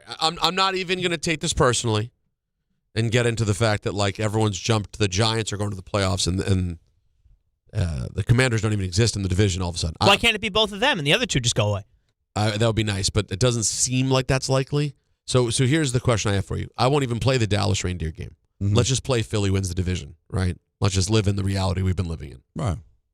Philly's in. How many playoff teams are coming out of the North? Explain to me how it's likely to be less than 3 teams. Lions could take a step back. Vikings could take a step forward. I think the Lions are actually favored to win the division, believe it or not. I don't believe all three of those teams will make it. I'm very bullish on the Bears. I'm with Anthony. I could see the Lions and slipping. And the Packers, too? You said you're not high on them, no, but most people are. I would think two of those three teams will go. Well, no, what about four? And what about the Vikings? Lions defense is a bit of a mess. Lions defense is always a bit of a mess, but their offense is... And they are the favorites. You are correct on plus 170 on DraftKings. Yeah, the Lions. Kyler Murray, the Vikings aren't... I'm not worried about the Vikings. I could be wrong about that. They were a very good team, though. I mean, they're very... I know not having quarterback is like... Other than that, Mrs. Lincoln. All right, so you're willing to say two from the North. I believe there's going to be... Yeah, two from the North. Keep in mind, Peter, you're talking to two people that probably agree with you on this statement. Yeah, I know. But by the way, I would probably say there's... I'm just saying there's a chance of three from the North. But let's go two from the North. One, we all agree, Tampa in the South, and that's it. Yeah. That's what you're hoping for, at least, if you're another NFC East team. Yes. And then there's got to be... At least two, At least two from the West. If the 49ers don't bounce back. So at least two there. This math is tough, guys. I don't see it. Where's the math? And I'm not mad at it, all right? Because... everybody talks about the Giants last year. Okay, I'm telling you, whether they want to admit it or not, what they're telling you is, and the Giants are telling you this because Shane kept his job. We got rid of Dable. We got rid of the problem. And now we brought in a Hall of Fame coach. So all those games that we lost, we win. So last year they were a 4-win team, right? And you look at the games that they lost, they should have won. Should have won the Cowboy game, all right? So that's 5 wins. They should have won the Saints game. So that's 6 wins. Oh, they should have won the Denver game. That's 7 wins. They should have won the Bear game. That's 8 wins. They should have won the Lion game. That's 9 wins. They should have won the Viking game. That's 10 wins. So, of course, they're going to go 10-7, and they're going to go to the playoffs. You know sports doesn't work that way. Listen, I'm not a fan of Dable. I think they did the right thing. I'm thrilled that John Harbaugh is here. But all of a sudden, every loss that they had last year that was close is automatically now going to become a win. All of them. No, that's not how it works. You don't go from 4 wins to 10 wins just because you make a coaching change, unless it's Bill Parcells. And I love John Harbaugh. He's not Bill Parcells. But Peter just gave you the answer. Who are they beating out? Philadelphia and Dallas. All right, let's leave the Commanders out of it. I don't know. Although they went to the championship game 2 years ago. But let's do it. Sure, Dallas is on the right track. Everyone seems to believe it. So between Dallas and Philadelphia, there's one wild card. Bears, Packers, and Lions. All right, you don't believe in the Lions. All right, between the Bears and the Packers, there's 2 wild cards. So now you're down to one last wild card. All right, the South, no issue, but you just said it. Seahawks, defending Super Bowl champions. Rams, favored to win the Super Bowl. 49ers, a 12-win team last year. How many wins do you expect? Last year, in order to make the playoffs, 9 was enough, right? The 49ers and the Rams were a 12-win team, and they were able to get it. And 9 wins was enough for Green Bay to sneak in as the 3rd wild card. So you got to win at least 9. You won 4. So now you've got to more than double your total. And I'm not ready to say 9's going to be enough. So why are we just throwing, if they're healthy, they're a playoff team. And again, I'm rooting for them, and that's my team, and I'm cool. If this team goes 9-8, misses the playoffs, I'm cool. Because that means they played meaningful games in December. They improved. They're on the right track. I'd be thrilled. But why do we always have to fat hands everything? We go from, let's just get back on the tracks. If we're healthy, we can be a player. Do you see the NFC? And I hope I'm wrong, man, but I just don't see it. I think the Cowboys are going to be good. I think the Bears are going to be good. The Packers, even the Lions fall off. Heck, the Buccaneers missed the playoffs last year. They've got a motivated Baker Mayfield. The Panthers won the division last year. Granted, they were 8-9, but how do you know that all of a sudden the Buccaneers and now they win the division? It probably doesn't. That doesn't look like anybody else is a threat. No, South. Forget it. But remember, West, there are 3 teams in the West who can make the playoffs. yes, you poo-pooed Minnesota, but I've been watching a lot of ESPN this week, Don. A lot of people aren't. A lot of people think that they may get the play from one of those two guys, and the rest of the team is strong enough that they could compete. That means the entire North could be at least fighting for a playoff spot. It's very tough to just say a healthy Giants go. It's lazy. I got to tell you, I just think people get overly excited. I would take 9 wins and not making the playoff. If we were a 9-win Giant team, I'd be thrilled with that. That would be amazing. I would be thrilled with that, Anthony. And it looks to me, if you confidently want to make the playoffs in the NFC, you're going to have to win 10. Mm-hmm. Yep. Unless you're winning your division. Is this team going to win 10 games? I think it would be difficult. That's going to be hard to do. Don't know if you're going to have Nabers to start the season. You've got I know everybody's convinced that Dart is the next great quarterback in this league, but he's also in his second year, and he only played, what did he appear in 12 games last year? I'm high on the guy. I like him. Scatteraboo, I like him. I like this team. I like this coaching staff. But to go from 4 wins to 10, I hope they're right. I hope they're right. But to me, I just, who are you beating out, man? Look, that West is scary. Do you realize, like the poor Cardinals, right? And that's why they were a 3-win team last year. You had 3. The Seahawks were 14-3. The Rams 12-5. 49ers 12-5. You know Dallas is going to be better. I'm shocked, but I do think a lot of this is, I don't want to say it's performative, but the Giants have a massive fan base, and I think people are excited. They're going to love and pay attention to that stuff. But I'm cool with just improving. I'm an 8-9 win team. I'm functioning. I'd be thrilled with that. But people have to, because you know what they build up, Peter. Because I know the story. Go ahead. Now they don't make the playoffs, and now it's a disappointment. Now that'll be on Get Up. John Harbaugh fails in first year. Did they make a mistake bringing John Harbaugh in? Giants expected to make the playoffs and failed. No, they're not expected to make the playoffs. You're throwing that out. Again, I hope it happens. I'd love to see this team in the playoffs. What do you think? 1-800-919-3776. Ian ends at 6 o'clock. Mets at 6:30. Don Hahn Rosenberg, ESPN New York. Zona? Is that a word? In the 2026 Kia Sportage Turbo Hybrid, it might as well be, because it can be one road trip. It's all about turbocharged power and hybrid efficiency working together, so you get the thrill of quick acceleration and the satisfaction of fuel efficiency. Book a test drive and keep the adventure going. Kia, movement that inspires. Call 800-3334-KIA for details. Always drive safely.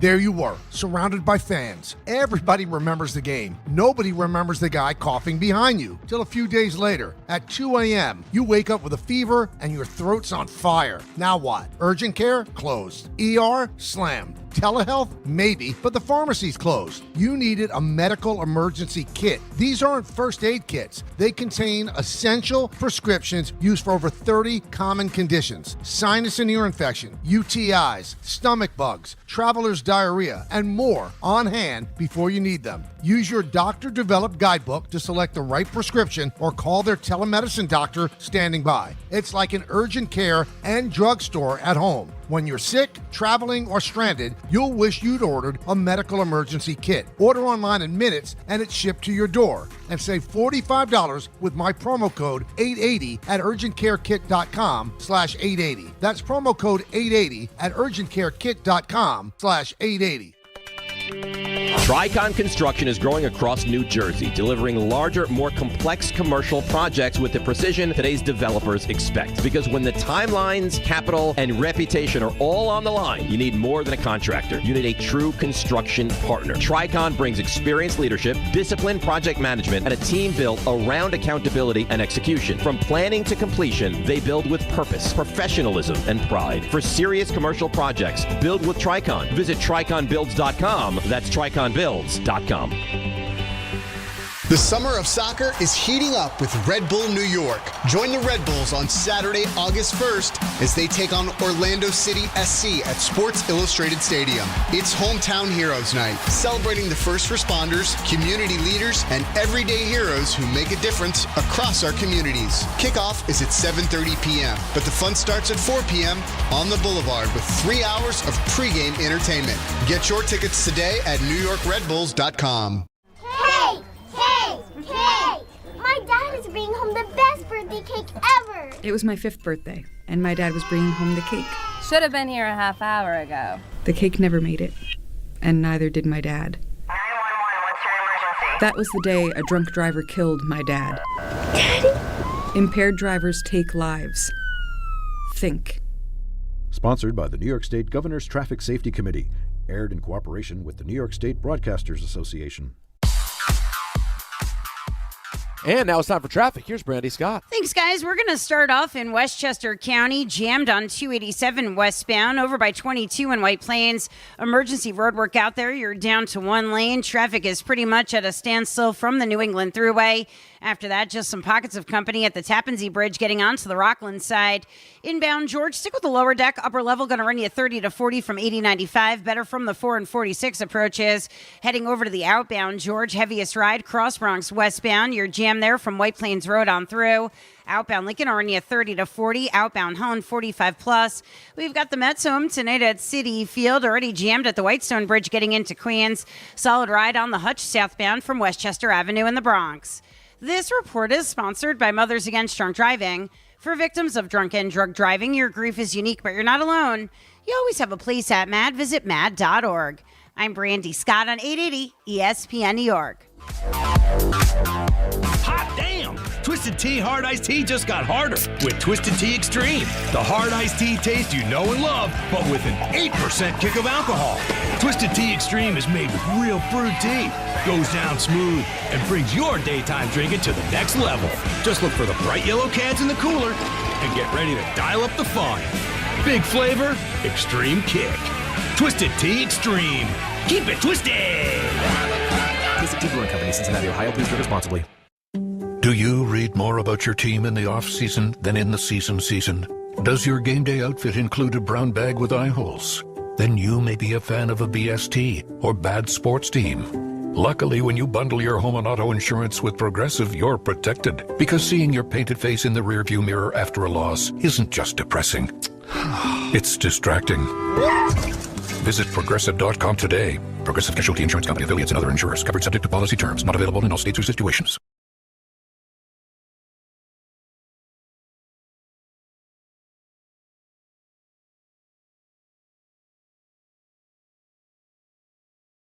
Yankees just lost in 11, 2-1 on a bases-loaded walk. So they end up splitting the 4-game series. I'll tell you, everything I said yesterday, I stand by, but it hasn't aged well. Yeah, no, admit it. It doesn't hurt. No. Anthony and the Yankee fans who are basically telling Don, stop telling us we're spoiled. We know our team sucks. No, you just admit, like you just said, it aged well for them because they suck. Yesterday and today, neither was great. No, they sucked. Yeah, I know. Listen, you're not going to win every game. And but the White Sox, and now Jazz ended up taking his at bat in the 11th, and he walked. They intentionally walked him. He limped to first base, and then they pinch ran for him. So this could be another injury on top of all the other injuries that you have. So we'll see. They got a day game tomorrow. They're at Wrigley to start a series with the Cubs. So not good. But what I can't understand, and we'll get to the Giant phone calls in a second, but I want to live in real time here with what just happened with the Yankees. However you feel about the Yankees, how does it make sense that they've played 9 extra inning games and have lost 8 of them? And they've been, I think, since the Manfred Man, Anthony, one of, if not the worst teams in baseball. Because the things that bother this fan base, and myself at times, are not being able to do the little things, not being able to hit in the clutch at times with certain players. And this lineup is not, you talked about it, Don. 3 key pieces are out. They just tried to, but you're right. They just tried to bunt in one of the extra Ali innings. Sanchez, who had a great game last night, too. tried to bunt and almost got doubled off. Right. They had the review to play at first base. He was doubled off. It was a double play, and then they reviewed, and he was Jason saved. Dominguez had a triple. Had it in the 7th inning. Slid over the bag, got tagged out. These are the types of things that frustrate me. I've never for a second, Anthony, not for a second. I didn't think so. Said you were wrong about your critique of the team. I know. I just wanted to know why it's first and foremost in your mind every time. Today I get it. Well, it's the only game in town right now, Don. No, the Rangers will frustrate me in October. And the Giants may do it as well come September.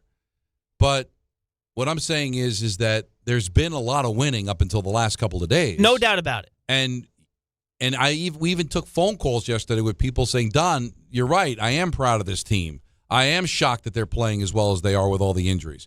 But yet the first thing you think of is all the negatives. That's what I'm saying about a snob. That's what snobs do. Snobs find the negative. They exaggerate the negative. They harp on the negative and don't look at the positive.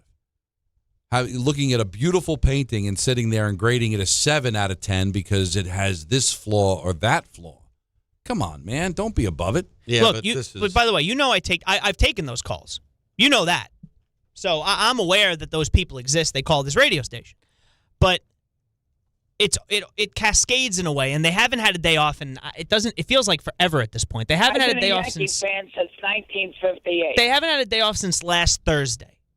And when Anthony Volpe drops a pop-up with the game 9-4 on Monday, and David Bednar has to come in and pitch his 3rd game in 4 days, and they never like to do 4 and 5, and then on Tuesday he has to come in again, gives up a 2-run home run, they still win the game, that's fine. The bullpen at this point is gassed. So then last night they have to stretch guys that they typically wouldn't stretch, and nobody on the team, not a single person, can get a run after the 4-run first inning with a Spencer Jones 3-run home run until the Manfred Man where they only score in one of the innings. And then here we are again today where they only get 1 run in the Manfred Man innings. Well, all I know is that even with all that said, it is odd to be 1-7 or 1-8 now in extra inning games. Nobody can just pop a home run, win the game. And you know what? That's going to be the reason you lose this division if you lose the division. I don't know if you're going to lose it. I still think you're winning this division. I do. But if I wouldn't imagine that Anthony disagrees. He just still thinks they suck. It is frustrating. I get it. But there's a reason why you're not scoring runs. And that's really what it comes down to today, is that you couldn't score a run. You scored 1 run. In 11 innings, yes. You scored 1 run. That's the problem. And if that happened with Judge in the lineup and Bellinger in the lineup, that would be a problem. The weird thing about this team, and it's been in this way for years now, Don, and it's been discussed on this show and in previous iterations of this show, even those games that you mentioned, well, they won them. They won the Colts start where they win 3-2. They won the game that Volpe dropped the pop-up 9-5, 9-4, whatever it was. But something about this team, whereas in the old days, those Yankee teams, when they'd steal a game, they'd take advantage of it because then they just win the games they're supposed to win. It seems like this team, a lot of the times, gives those games back sometimes. No, they do. Because Last night, you shouldn't have lost. Well, you shouldn't have won whatever game it was previously, but you gave it back here. I'm not saying you should have won this game. You only scored 1 run. But you got a great start from Ryan Weathers, and you don't win the game, and you split in Chicago, and now you go play the Cubs, who are one of the better teams in baseball. There's a little level of concern. And the White Sox are one of the better teams you split, and the Phillies are one of the better teams, and you took 2 out of 3. You're just trying to survive right now. I get it. Let's go to Vinny in the car. You're on ESPN New York. Hi, Vin. Hey, Don, here's the thing. When you were speaking yesterday about your positive rant about the Yankees, that was coming off a great week, and they won 2 games. So obviously you were going to be pumping them up. But let's call it what it is. They suck. Now today you're flipping and saying, you know what, that didn't age well. Yeah, of course it didn't age well because the real Yankees, they don't play well. They had a nice but they don't run suck. to win, but this is a team that still can go to the World Series. They don't suck. They're a problem. They're boring. They're not what they're supposed to be because they're banged up. But you just said they suck. I mean, they make dumb mistakes. They're I don't faulty in the field. disagree with that. fundamental baseball, Don. Fundamental baseball. When you don't play it, you go crazy. You just go nuts. I think that's really where it stems from. When they don't play fundamental baseball, like when we're teaching our kids in little leagues, like make sure you do this, make sure you don't overrun the bag, make sure you look at that. Right. I don't know. That's just my take. You guys are awesome. But thank you, Vinny. But the biggest problem is they don't hit. They had one big inning last night, and then Sanchez throws the ball away, and you lose the game. Today, it was hard for me to watch the game because we were on at 3 and the game started at 2:10 or whatever. But to me, they lost this game because they couldn't hit. That's usually the problem, and that's how this team is built. I'm not a flip-flopper. I'm telling you that this team does have flaws, but they don't suck. That you're helping my argument when I say you're a snob. They're double digits over 500. They're a playoff team. They're the favorites to go to the World Series, and I'm telling you, they're going to pass the Rays. The Rays had their chance to build up a nice little lead here with Judge out, and they couldn't do it because they're not very good. None of these American League teams are very good. That's why I don't think they're winning the World Series unless they get healthy and maybe catch a break, because the National League is clearly better. But to just accentuate all of it, yeah, they lost a couple of tough games against the White Sox, but they just came off taking 2 out of 3 from Philadelphia, and we'll see what they do against the Cubs. Let's go to Brian in Millburn. You're on ESPN New York. What's up, Brian? I called you the other day. I want to just say this about, hi, Peter, how you doing? Yo. I want to just say, another problem the Yankees have, they don't admit when they're wrong. How long do I got to see Anthony Volpe? I know he's not the potential problem. I know Judge already stands out there, but I respect all that. But how long do I got to keep seeing him play? I don't think it's going to be much longer. Brian, I don't think it's going to be much longer. I think they are just trying to give the best landing spot for Lombard Jr. They want this to work. They don't want to rush him up too soon. Remember, this is going to be a kid that's going to get called up. It's going to have a lot of light on him because you're talking about a New York Yankee shortstop, and he's going to be dropped into a pennant race. And they want to make sure that he's ready for it. It looks like he's ready. It's just a matter of time. I think it's only just a matter of time. And maybe this rough patch of a couple of losses in a row will be the excuse to do it. But they want to make sure that this kid is ready, that this kid is going to be given a chance to play, and I think they want to make it work. I agree with you 100%. They're stubborn. They were stubborn with Gary Sanchez. Oh, he's a good framer. And then eventually they had to pull the plug, and they're going to eventually pull the plug with Volpe. But let's not make it out to be easy. They invested a lot in this kid. They turned down a lot of really good shortstops to give this kid the opportunity. He's had his moments. He's a local kid, but he's digging his own grave, man. Let's face it. At some point, they're going to have to pull the plug on him. And it might not be, let's hope he turns it around, Peter. Now it's just, we got to wait and make sure that his replacement is ready. Because when Lombard Jr. gets called up, it's going to be a thing. And eyeballs are going to be on him. And expectations are going to be incredibly high. And if he gets off to a slow start, boots a couple of balls, costs him a couple of games, that could be something that sets him up for failure. And I don't think they want to do that. But at some point, I think they're going to have to. He deserves to get called up. And the guy that's playing his position isn't doing well. Well, and also, it's time. It could be something that actually gets these people, not all of them, but some of them, to at least have something to sink their teeth into. And I feel like we're going to see something different.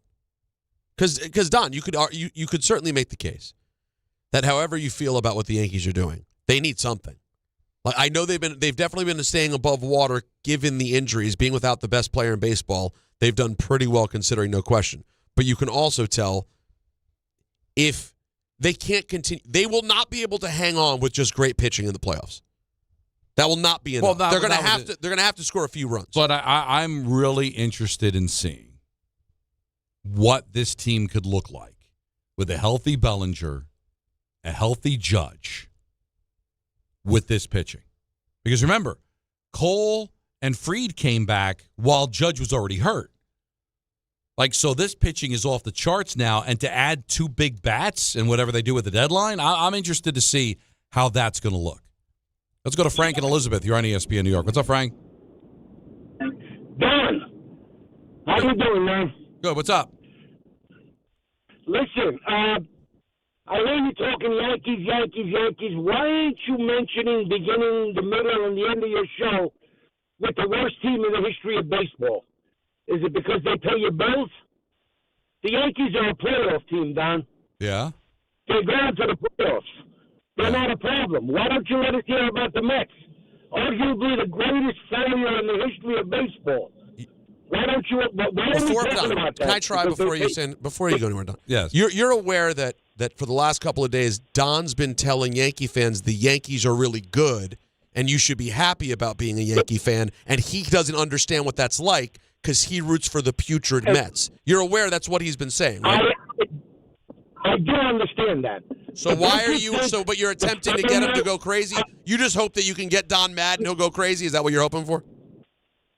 No, absolutely not. I want to know why, as a station as a whole, you don't begin the middle and the end of your show talking about arguably the greatest failure in the history of Why baseball. would we talk about the Mets today? Their season is over. What would we be talking about? But the point being, is it because perhaps they pay your bills? Whose bills? Whose bills do you think they pay? But Frank, listen, I'm going to talk to you. They don't pay our bills. Believe me. They don't pay us. Believe me. They don't pay us a thing. Frank, they don't pay my bills. They don't tell you what to talk about. We can't get a I am going to tell you, Frank. Frank, I'm going to tell you why I, as a Met fan, don't talk more Mets. You ready?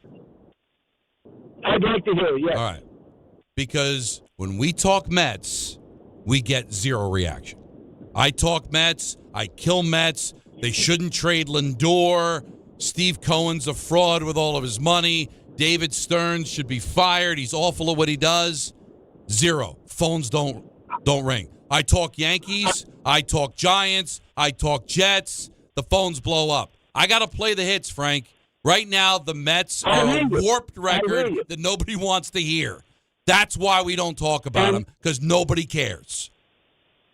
How about that? There should be absolutely zero panic on the Yankees. They're going to pick up 3-4 hitters. They got the best pitcher staff in baseball. They're going to be there. All right. Don agrees with you, basically. I agree with you. You're like the only fan who's called who agrees with Don. I'm not sure.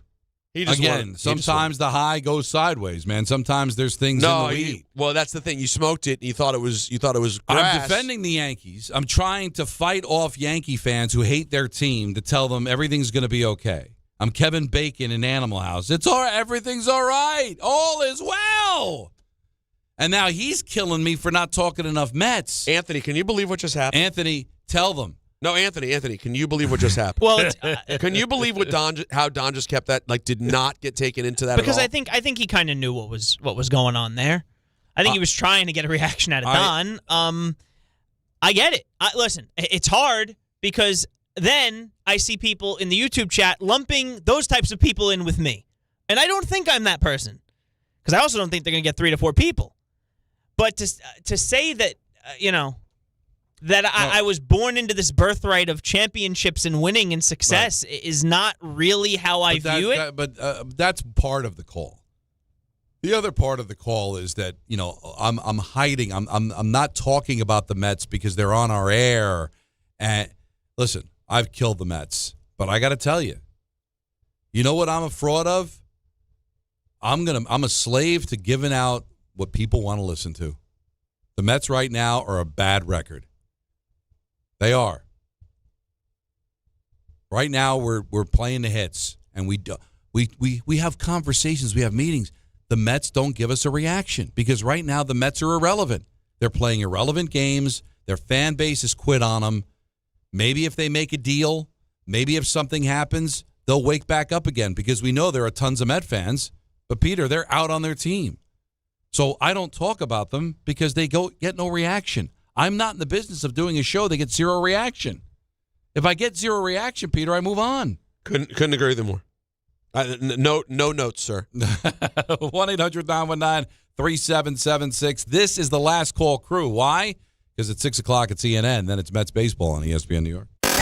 This is the Michael K. Show. I think that when you watch a team every single day, I think we get more of a harsh perspective because teams that are having quote-unquote good years, the injury-decimated Yankees play those teams, and they seem to handle them quite well. Maybe things are not as bad as we all think they are because we're watching them every single day. The Michael K. Show, weekdays at 1 on ESPN New York and streaming live on YouTube.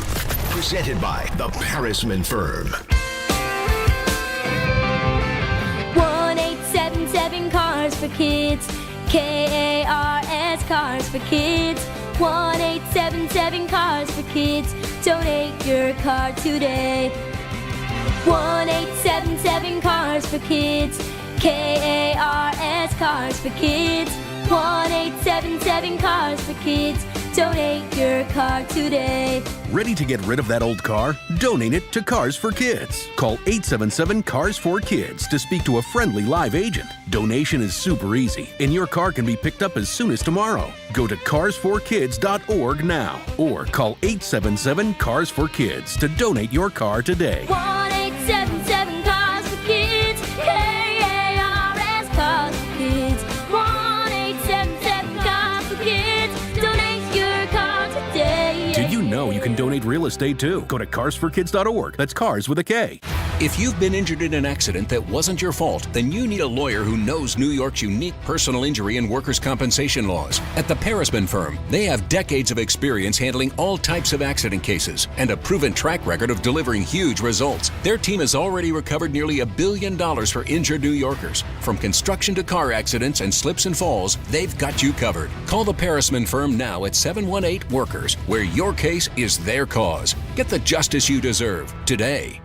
Summer's here. People are outside walking more, traveling, going to games, barbecues, the beach, just enjoying life. But if you have joint pain, sciatica, or back pain is still holding you back, you don't have to live like that. I'm Bart Scott, and Dr. J. Shaw at Sandwell Pain is the real deal. Ivy League trained, double board certified with non-surgical treatments that get real results. No cuts, no downtime, no pain medications, just a smart, targeted approach that gets you moving again. Same day or next day appointments are available. Go to SandwellPain.com. Don't let pain steal your summer.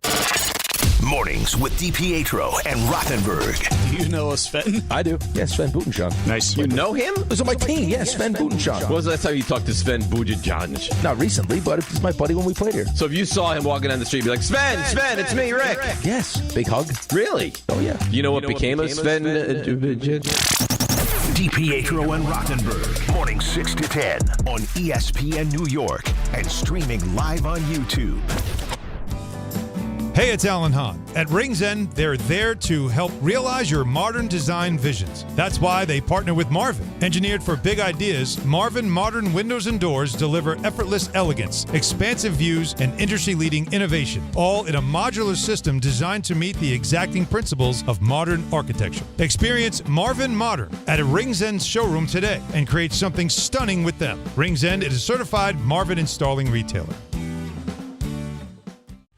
Shohei Ohtani's interpreter was fired today. Ippei Mitsuhara ran up gambling debts to a Southern California bookmaking operation. The inside story of the biggest scandal in modern baseball.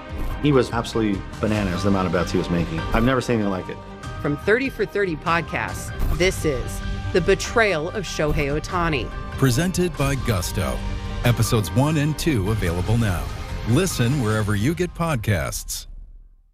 My name is Whitney Allen, and I'm a widow. My husband, Ryan, died. We never thought we'd ever have to use life insurance, but the unexpected happened. With Ethos, signing up was fast and 100% online. You can get a quote in seconds, apply in minutes, and get same-day coverage. No medical exams, and you can get up to $3 million worth of coverage. I'm grateful we were prepared. Get your free quote at ethos.com/play. That's ethos.com/play. Paid spokesperson. Time spent on application may vary. Online health questions required. Congratulations, New York. The Knicks did it. Through battle after battle, they dominated to become this year's NBA champions. Day in and day out, the hard work paid off, and you were there every step of the way. Enjoy the crown. Own it, because this year is your year. A part of your legacy that will never be forgotten. So celebrate this moment, show your pride, and shop the largest selection of official NBA gear at NBAstore.com. A Fanatics experience. Boone is speaking right now to the media. Hopefully we'll get an update on Jazz, who limped off the field. Cramping is what we were being told, so that's good news. So no damage done. He limped off the field in the 9th inning, took his at-bat in the 11th, was intentionally walked, and then was pinch ran for, and you could see he was really struggling. But if it's just a cramp, that's nothing, and we'll see if that affects him tomorrow. They've got a day game in Chicago against the Cubs. 1-800-919-3776. Brian, Staten Island, you're on ESPN New York. What's up, Brian? Hey, Don. Hey, Peter. What's up? What's up? So, I agree with everything you said about the Yankees the last 2 days, Don.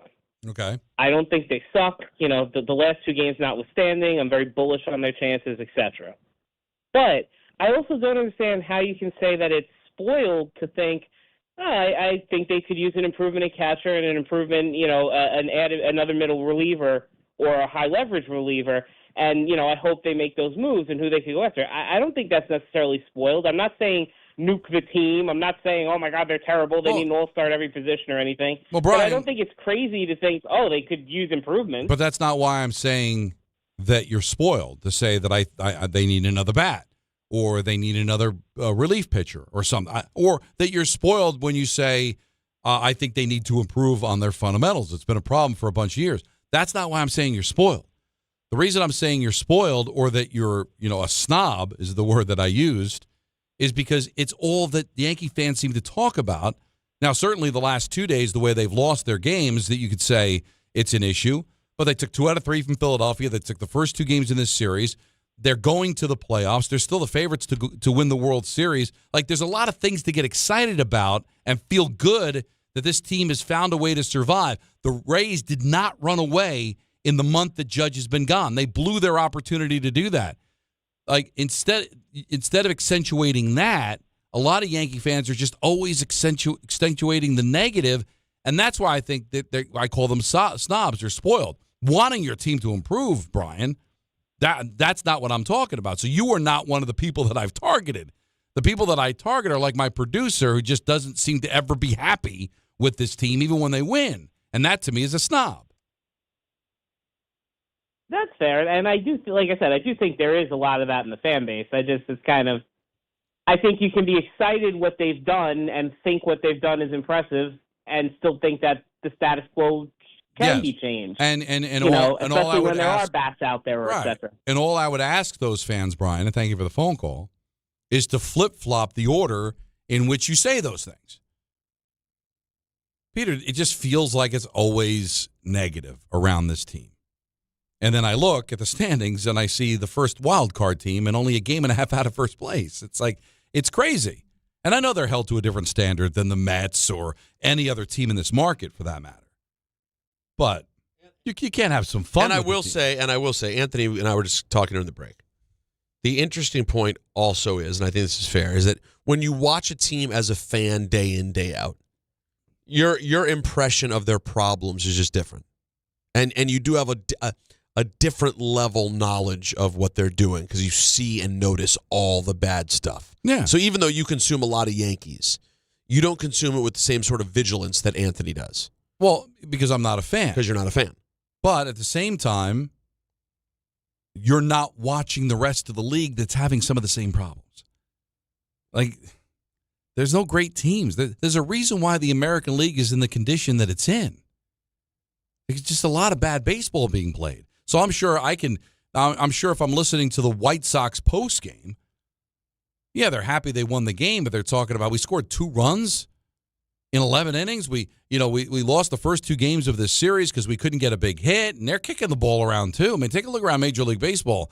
There's not stellar defense out there because everybody's doing the same thing. Launch angle, not making contact, not getting good 2-strike hits, and hitting to the other side to move the runners over, bunting, playing small ball. Yeah, some teams do it better than the Yankees, but everybody's a mess right now in Major League Baseball, feels like.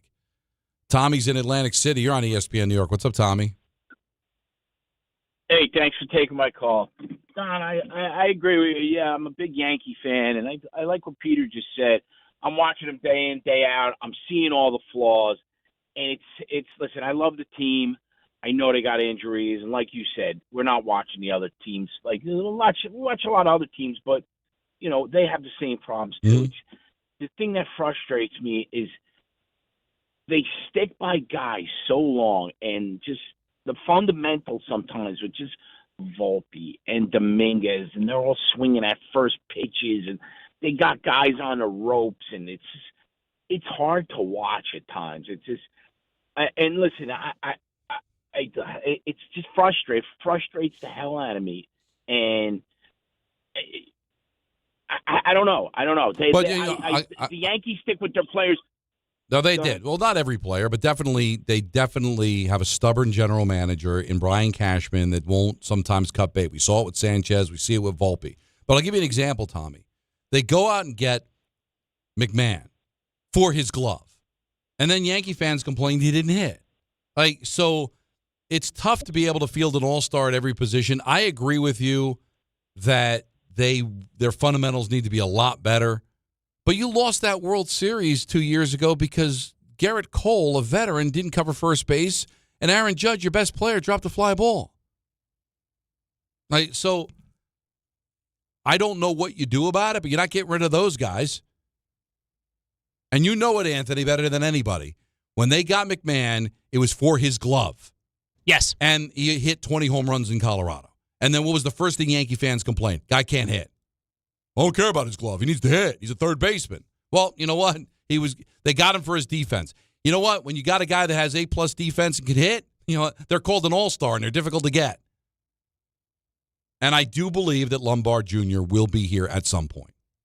And don't be surprised if that's your big move. That's your big change. Wouldn't you almost bet that's what it is? Yeah, because I don't know what they're going to go out and get. It's going to be a needle mover. That's going to get everybody excited. And it's so weird. Like in every other sport, right, guys? Like by the time you get to the trade deadline, there's no more deals left because everybody keeps making deals like 3-4 days before the deadline.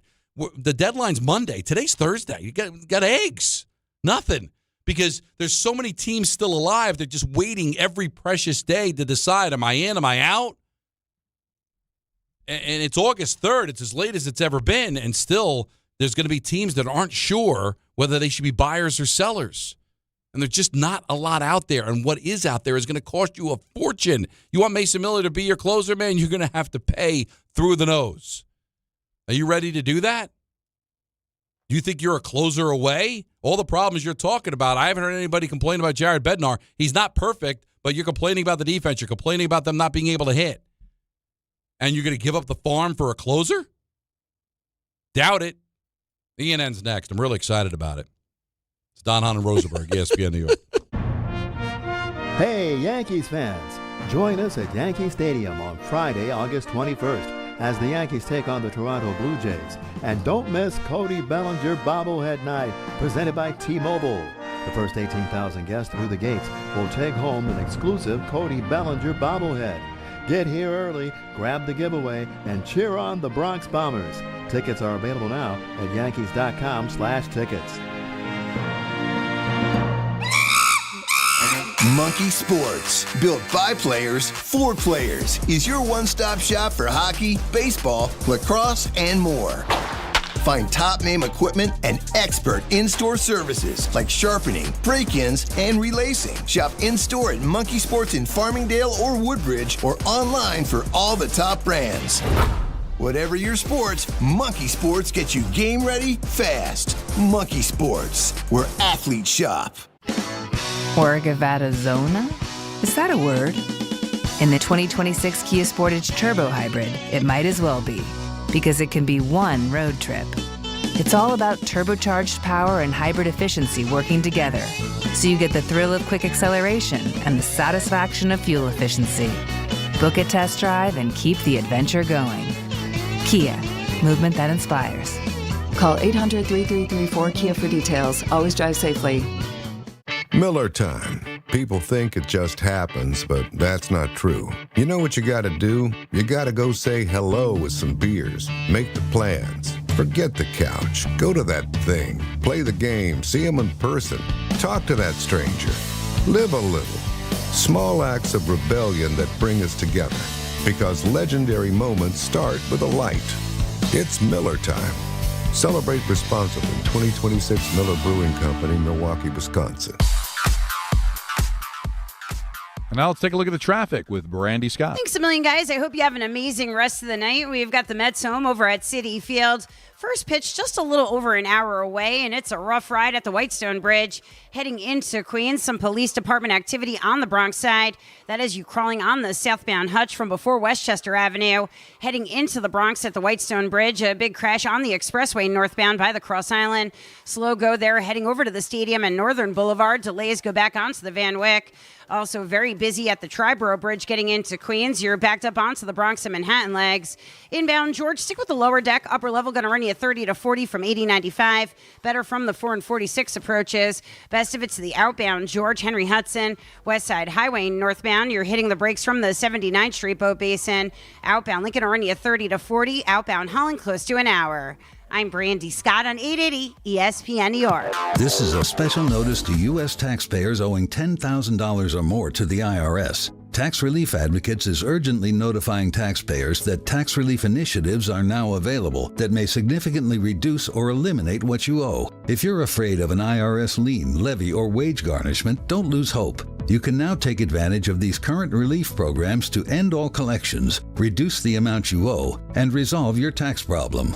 Even if you have years of unfiled tax returns or are already in a payment plan, you may still qualify for significant relief. Struggling taxpayers can now get relief they need during these hard economic times. A hotline has been established by Tax Relief Advocates for you to call and see what you qualify for. They are A+ rated with the BBB and have over 1,000 5-star reviews. Don't wait. Call 800-575-9087. 800-575-9087. That's 800-575-9087 or simply visit tra.com. 880 ESPN, WHSQ, and WCBS FM HD2, New York. A Good Karma Brands radio station. This is an ENN Special Report. Now reporting. The very handsome Jewish man, Peter Rosenberg. We should talk some sports. Do what you want. It's ENN.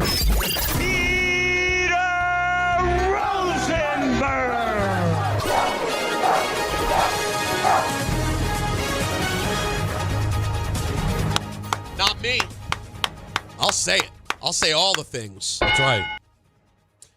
Now, welcome, ladies and gentlemen, to ENN. Ray Rowe. You ever watch YouTube? I'd like to start off ENN today by saying good evening to Don and myself. The only rain that I want to feel this weekend is Roman. Good evening to myself and Anthony. Just put the cocktail sauce in my hand. Open up your mouth and just take it right in. All right. Good evening to Don. You made it about touching. And to Don. You made it sus. And to Don. Fireman Ed does an amazing jet show on YouTube. And he's been doing it for years. He takes it on the road. And he had Fireman Ed on his show. Oh, wow. That's stroke level. Fireman Ed had Fireman Ed. No, when you really, I want you to listen to it again. Now that you know what happened and you're not surprised, I just want you to listen to what this is as a drop. Right. This is up there with 6 and 1 and things. If you just listen. Right. Fireman Ed does an amazing jet show on YouTube. And he's been doing it for years. He takes it on the road. And he had Fireman Ed on his show. Yeah. No. He had himself on the show. Big guest. That's the only guest he ever books, Fireman Ed. That's the one issue I have with the show. Yeah. He's always booking Fireman Ed. And it's really a problem when he's not available. Yeah. No, that's just dead air. Oh, you know what? I want to take a second before I forget. Sus? To congratulate friend of the show, Lee Goldberg. I saw this. Who yesterday celebrated his 30th anniversary with WABC TV. What do you get for 30 years, Anthony? I know I'm on the verge of getting my Tinkerbell. What do you get for 30 years at Disney? You get one of the trophies. I just don't remember which one. The service award. Let's see if we can get this here. Jiminy Cricket. Oh, wow. So he got his Jiminy Cricket. He's a really good guy and fantastic at what he does. God, Don. I won't take weather from anybody, but unless they're on ABC. Yeah, no, you don't buy it. You'll hear the news and go, I don't believe it. Danny Backstrom, all of them. None of them hit. No, Brittany Bell. No, I'm saying if you're on Channel 7. Jeff Smith. Because they were all tutored under Lee Goldberg. I will only get my news and my weather from Channel 7. Great at what they do. Don't ask me why, but I just stumbled upon the me losing the 24/7 championship on the K Show. Okay. It's like 5 years ago now. Has it been that long? I think we just passed 5 years this past year. Is that insane? Don, look how different we look, all of us, 5 years ago. I have a bald face here this time. Yeah. And I'm very thin. And I had my COVID hair. You had your COVID hair, which is a whole different thing. You look... You think you're a closer away? All the problems you're talking about, I haven't heard anybody complain about Jared Bednar. No one would be complaining about the Avalanche, Coach. Oh, yeah. Well, you know what? I do it again. I understand. I'm a hockey guy. I know. That's why when you said it back, you still were like, what? Didn't move. Good evening to myself. I meant actual rain. You changed it to a man named Rain. I got to tell you. I guess because I had the touching in my mind. No, that's all you, man. Yeah. She loves. I think I definitely got the support of Jacob that was the way when you said the only rain I want to feel. Rains was the answer. It was a great answer. It was the wrong answer, but it was a great answer. Well, it was wrong because of what you were trying to convey. A turkey! And it wasn't remotely sus. Same old crap. Same old guff. What's that? You missed that day. There was basically we played audio of a broadcaster in England after England lost. Be brave. Be brave, Thomas. And he was like the Don LaGreca of England. Cagey affair. He called it a cagey affair. Same old crap. Same old guff. He was not happy. I like that. I wonder how if I'd be able to enjoy sports radio in England. I'm sure you would. A lot of soccer. Not knowing the sports, but just the passion and how they go about it. Yeah, I should. He's. I think you would. How would we not? I got to get to Europe, Peter. How do I do it? Hahn shown. Well, there are a lot of airlines. No, I'm just saying. I think the only way to do it is if to drug Nancy. No, just not bring her. The Devils play a game in Europe or something, and we get to call it. I don't think I'm ever going to get her to fly across the ocean. Okay, but then why she wants to go to London bad? So what's the issue? Here's the issue. But you've done it. She's flown to California. She's flown to Portland. Yeah, she flew to Portland. But didn't you flew to Arizona? Wasn't there a California trip too at some point? No. So Arizona and Portland. Yeah, she just doesn't like it. But but how London's bad? Worse. How far is London? Same as Portland, basically 6 hours. This is not going to happen. But how bad are we talking about? Not like it. Can you let's talk through this as a family. What's not bad? Does she throw up? Is she No, she just doesn't like it. Is she in hysterics? I've never seen it. But she just had. But one time I saw her in a claustrophobic way, where she just got panicky. We were we were out to dinner. We were in a booth, and she was stuck against the wall. And she's like, "I got to get out of here," and she got out of here. But you can't do that on a plane. I got to get out of here. We're over the Atlantic Ocean. But it's just called Xanax. Well, that's what everybody says. But it's just one Xanax. Right, and then you'd be like, "Are you nervous?" You'd be like, "What? Nervous about what, bro?" Listen, that's what happens. You're arguing with me. Have you? But got to argue with her. Did you? Maybe if you got it prescribed, she could try it out on a regular day and see what it makes her feel like. And go, oh, I get it. Yeah, I'll just coast. Or what about last thing though? What about my idea of you say, hey, I'm going to alternate or take both and just take the kids yourself. The kids are of an age now where you could handle it.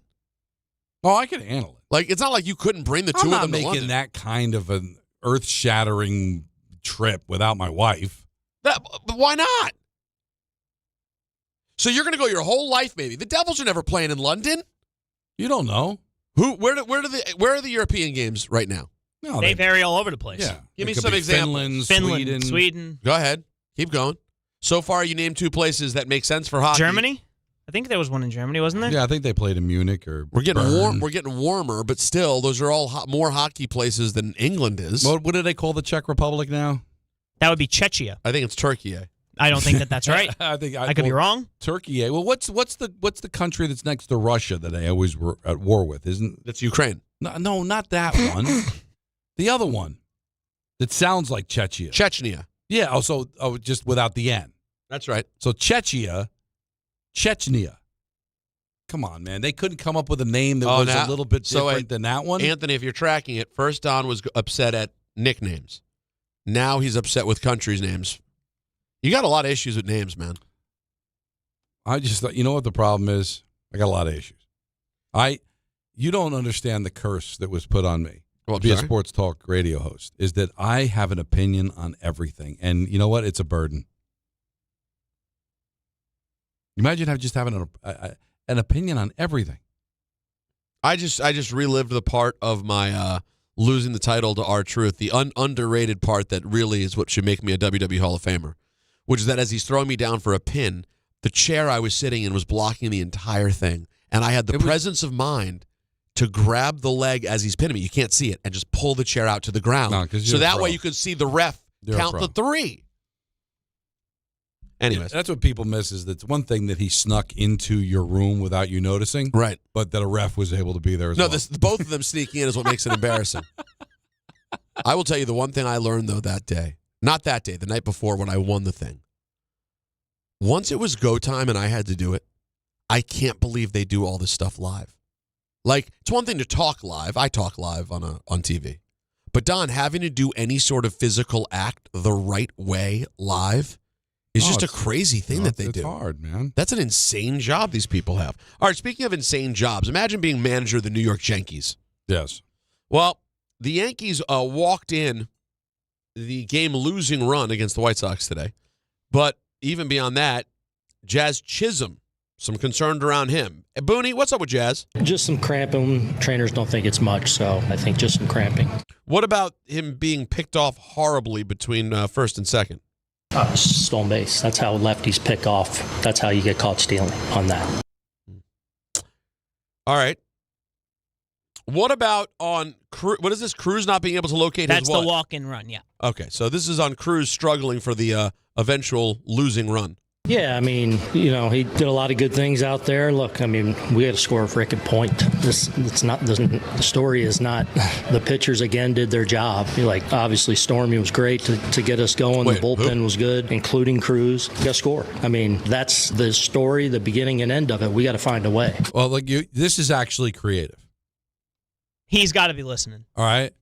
Stormy. You ready? Who pitched today? I was going to look it up right now. Weathers. Wow. Get it? Wow. Hold on. In an hour? Hold on. They call Weathers Stormy? Yeah. First time I've heard it. I never heard it. Here's the thing. I've never heard it either, but I knew Weathers pitched today, and Stormy just made sense. This is actually a nickname I can get behind. This is actually creative. It makes sense. I like it. Showed imagination. Yeah, you're in. You're in on Stormy. Instead of weathery. Calling a grown man Stormy, I don't know. What? What's wrong with calling a grown man Stormy? I don't know. I feel better about RW or Rye. I believe Kylie RW. We talked about rain for 10 minutes to start the show. I believe Kylie Jenner and Travis have a child named Stormy. That'll be their daughter, I believe. No, there was Stormy Daniels too. Well, that too. That's not a real name. That's a business this name. isn't a real name. That's a professional name. Stormy Daniels. I didn't think it was her birth name. I'm not even sure Daniels is. My guess would be no. But that's actually creative. That's a nickname I can get behind. Stormy. Look, I'd get behind anything. Aaron Boone. Think you might need a bat for this team? I don't know, Randy. It doesn't matter. Doesn't matter. I'm not going to play the speculative game every single day now. What's going to happen Monday will happen or not happen. We have to score better. We have to do a better job offensively, period, and not looking over our shoulders for anyone. We have to find a way. He's not happy. Well, it's because he's probably been asked that question a billion times. I love these reporters, all right? They do an amazing job. Covering baseball is a beast, man. It's every day having to deal with this. But, like, you're asking Aaron Boone about the trade deadline. He's the manager of the team, okay? He does not make those decisions. Brian Cashman does. And I'm not accusing them of this, but this is the byproduct of it. If you get him to slip and say something, then it becomes news. Well, Boone wants an arm. It's. I know you got to do your job and you got to ask, but you're asking the wrong guy. Like Peter was asking me about Nancy Flying. You got to talk to her. It's kind of just setting. Can we Boone get her up on the for show? saying, Can we get Nancy on the show to talk about the flying? There's a lot going on. We're getting ready to go away. Declan's over. You think if you said, "Hey, Peter wants to question why you're not willing to fly," you're saying it wouldn't go over well? Oh, she's not a pro, but she's been on the air before. She can handle herself very well. But I would never hear the end of it because it would probably come at the absolute worst time in the middle of something. Yeah. Man, look at these guys playing whatchamacallit on the Ocho over here. What do you call that game again? I don't know. I see a I'm only seeing a man. Oh, the Cornhole League. Yeah, Cornhole. Look at this. American Cornhole League. These guys. Let me tell you I love something. the Ocho. Let me tell you. Look at these guys, man. Look at these yo-yos. I brought this up before. Yo-yos. Behind the back, flipperoonie. Look at that. That's gorgeous, man. They couldn't come up with a better name, though. I don't get it. You want to talk about a bad nickname? Talk about the opposite of Stormy. Cornhole. I mean, what? How about just something called Nope? Right. I mean, if people don't know what cornhole is, right? You don't have any idea running. what it is. You hear and you run. You're someplace. You're unfamiliar. Somebody who invited you to a play. You don't know a lot of people. You only know a couple. A lot of strangers, and just some stranger walks up to you and says, "Hey, you want to play cornhole?" You might take a swing at it. Especially if they said it like this. Hey there. You want to play some cornhole? It's like Freddie Keachin. It's lunch. You want to play some corny? That's what we call it. Cornhole. Get all the way in there, too. Matter of fact, my pappy used to play cornhole, except in place of they didn't have a lot of money. At that time, my dad's farm had a terrible case of the bubonic plague. Yeah, a little travel diarrhea. And the problem was, here was the downside. All the animals died on the farm, which was troubling, right? So, traveler's diarrhea. So Kishi's farm was basically useless, and we were in a bad way. Now the silver lining there, Dom, was that when we would play the cornhole, guess what we had? Tons of dead animals to use as the beanbags, because we could never afford a proper beanbag. But when you take a squirrel carcass and chuck it through the air. Some of that feeling. Just hits different. Yeah. There's something about chucking a carcass that makes the game. Traveler's diarrhea. Well, where was that from? That is from the, whatchamacallit, Don? You know. Traveler's diarrhea. The medical emergency kit that Michael's been advertising. And I just don't. And whenever it gets brought up, Anthony reminds me of Calgary.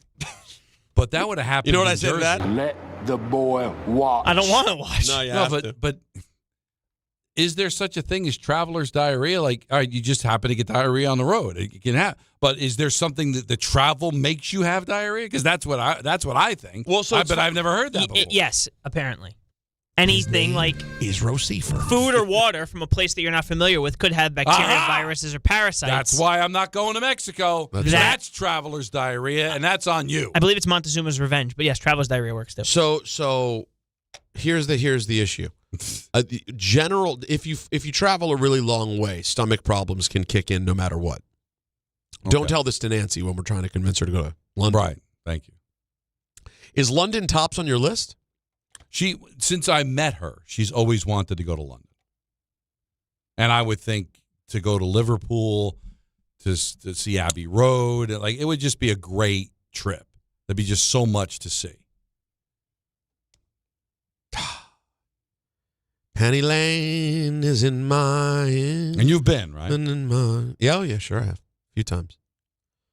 I don't rate it as highly as Michael does, because I think Michael was just trying to stick it to Rome, I think. Well, and he's just scared of the world. So London, because London is America adjacent, it's comfortable for him. But I am a fan. It's lovely. Great. I think you'd have a great time. Maybe one day. Maybe Jalen will get a scholarship to a university in London. All right, I have some more audio to play here. Please. Fernandy Mendoza on developing in the QB battle with Kirk Cousins. I still have a long way to go. I feel more comfortable, but I am nowhere near where I need to be, especially with learning the playbook, and I still need to go a lot longer and attack the playbook harder, so I'm still ways away, but I feel like I'm more comfortable from day 2, especially from day 1. And I'm just trying to do my part, focus on the next rep, and do everything I possibly can to prepare myself to be the best asset I can for my team, and whatever decision is made at the end, that's fantastic, and I'm all for it. I just want the team to win. So that's where I'm at, but I believe that we have so many great players on the team, and there's a heightened sense of urgency. Okay. That's it? How you feel? I don't.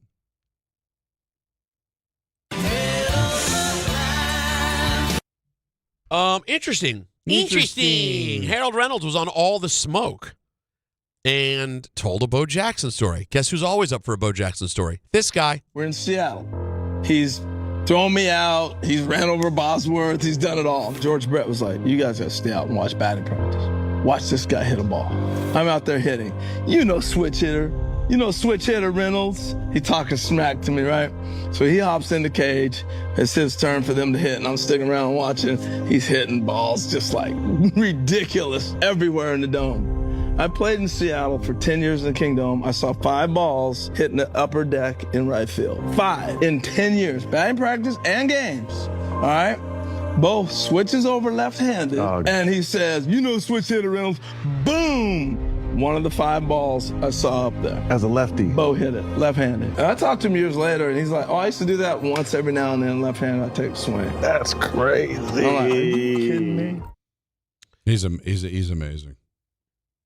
It's hard to say you're surprised to even hear stories like that at this point. There's nothing, honestly, I don't know if there's a story I could hear that I wouldn't believe from Bo Jackson. Listen, none of us got to see Thorpe do what he did, Jim Thorpe. But that's the air that he breathes, right? Like, just the greatest athlete of all time. And he doesn't get appreciated worldwide because it wasn't in Olympics and didn't win a gold medal. But to excel at football and baseball, now we've seen a lot of players do it. Brian Jordan did it.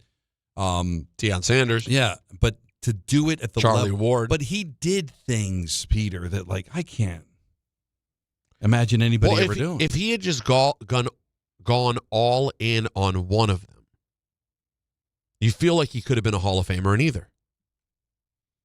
True. And as it turns out, he'll end up being a Hall of Famer in neither. Isn't that a shame? Oh, yeah, for sure. But how could you? He couldn't have kept that up, right? Playing both sports long enough to be a Hall of Famer in both. No, he would have had to give up something. But it sucks because now there's not one place he belongs. Hold on, let me look these stats up. I got to remind myself sometimes.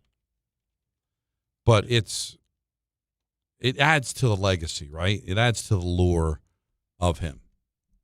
Mets will be delayed. Do we have the exact time yet? What? No, they just said delayed, but I received word that they're still going to go to pregame at 6:30 because it's a pretty tight window here. Yay! Be brave. I was brave. I called Match. Yeah. Get Ray Martell on the phone. You're taking that pregame at 6:30. Yeah, I don't talk to Ray really. John and Ray. Absolute delight of a human being. He sounds lovely. Big Diet Coke drinker or Diet Soda, period. That's quite a thing to be known for. Now, what do you want? It's right. Yeah, I mean, in both his baseball and football careers are just so short. But he would never been able to play because you got to play like 15 so plus years. Which one would he have been the better player in? Football. Football, I think he would have been in the Hall of Fame. Yeah. Baseball, he was great, but would he have been able to put numbers up that would like? Are you because he kept he's hitting 25, 30 home runs a year. Yeah. Would he hit 500 home runs? It'd be difficult to do. But the Mets, we are going to go to their pregame. And that'll at do for ENM, by the way. That's right. Sorry. No, it's okay. We were just up against it. Usually I do this at 6 o'clock, forgetting it's CNN. Traveler's diarrhea. Back with you tomorrow at 3 o'clock on ESPN. I had diarrhea. Oh. That you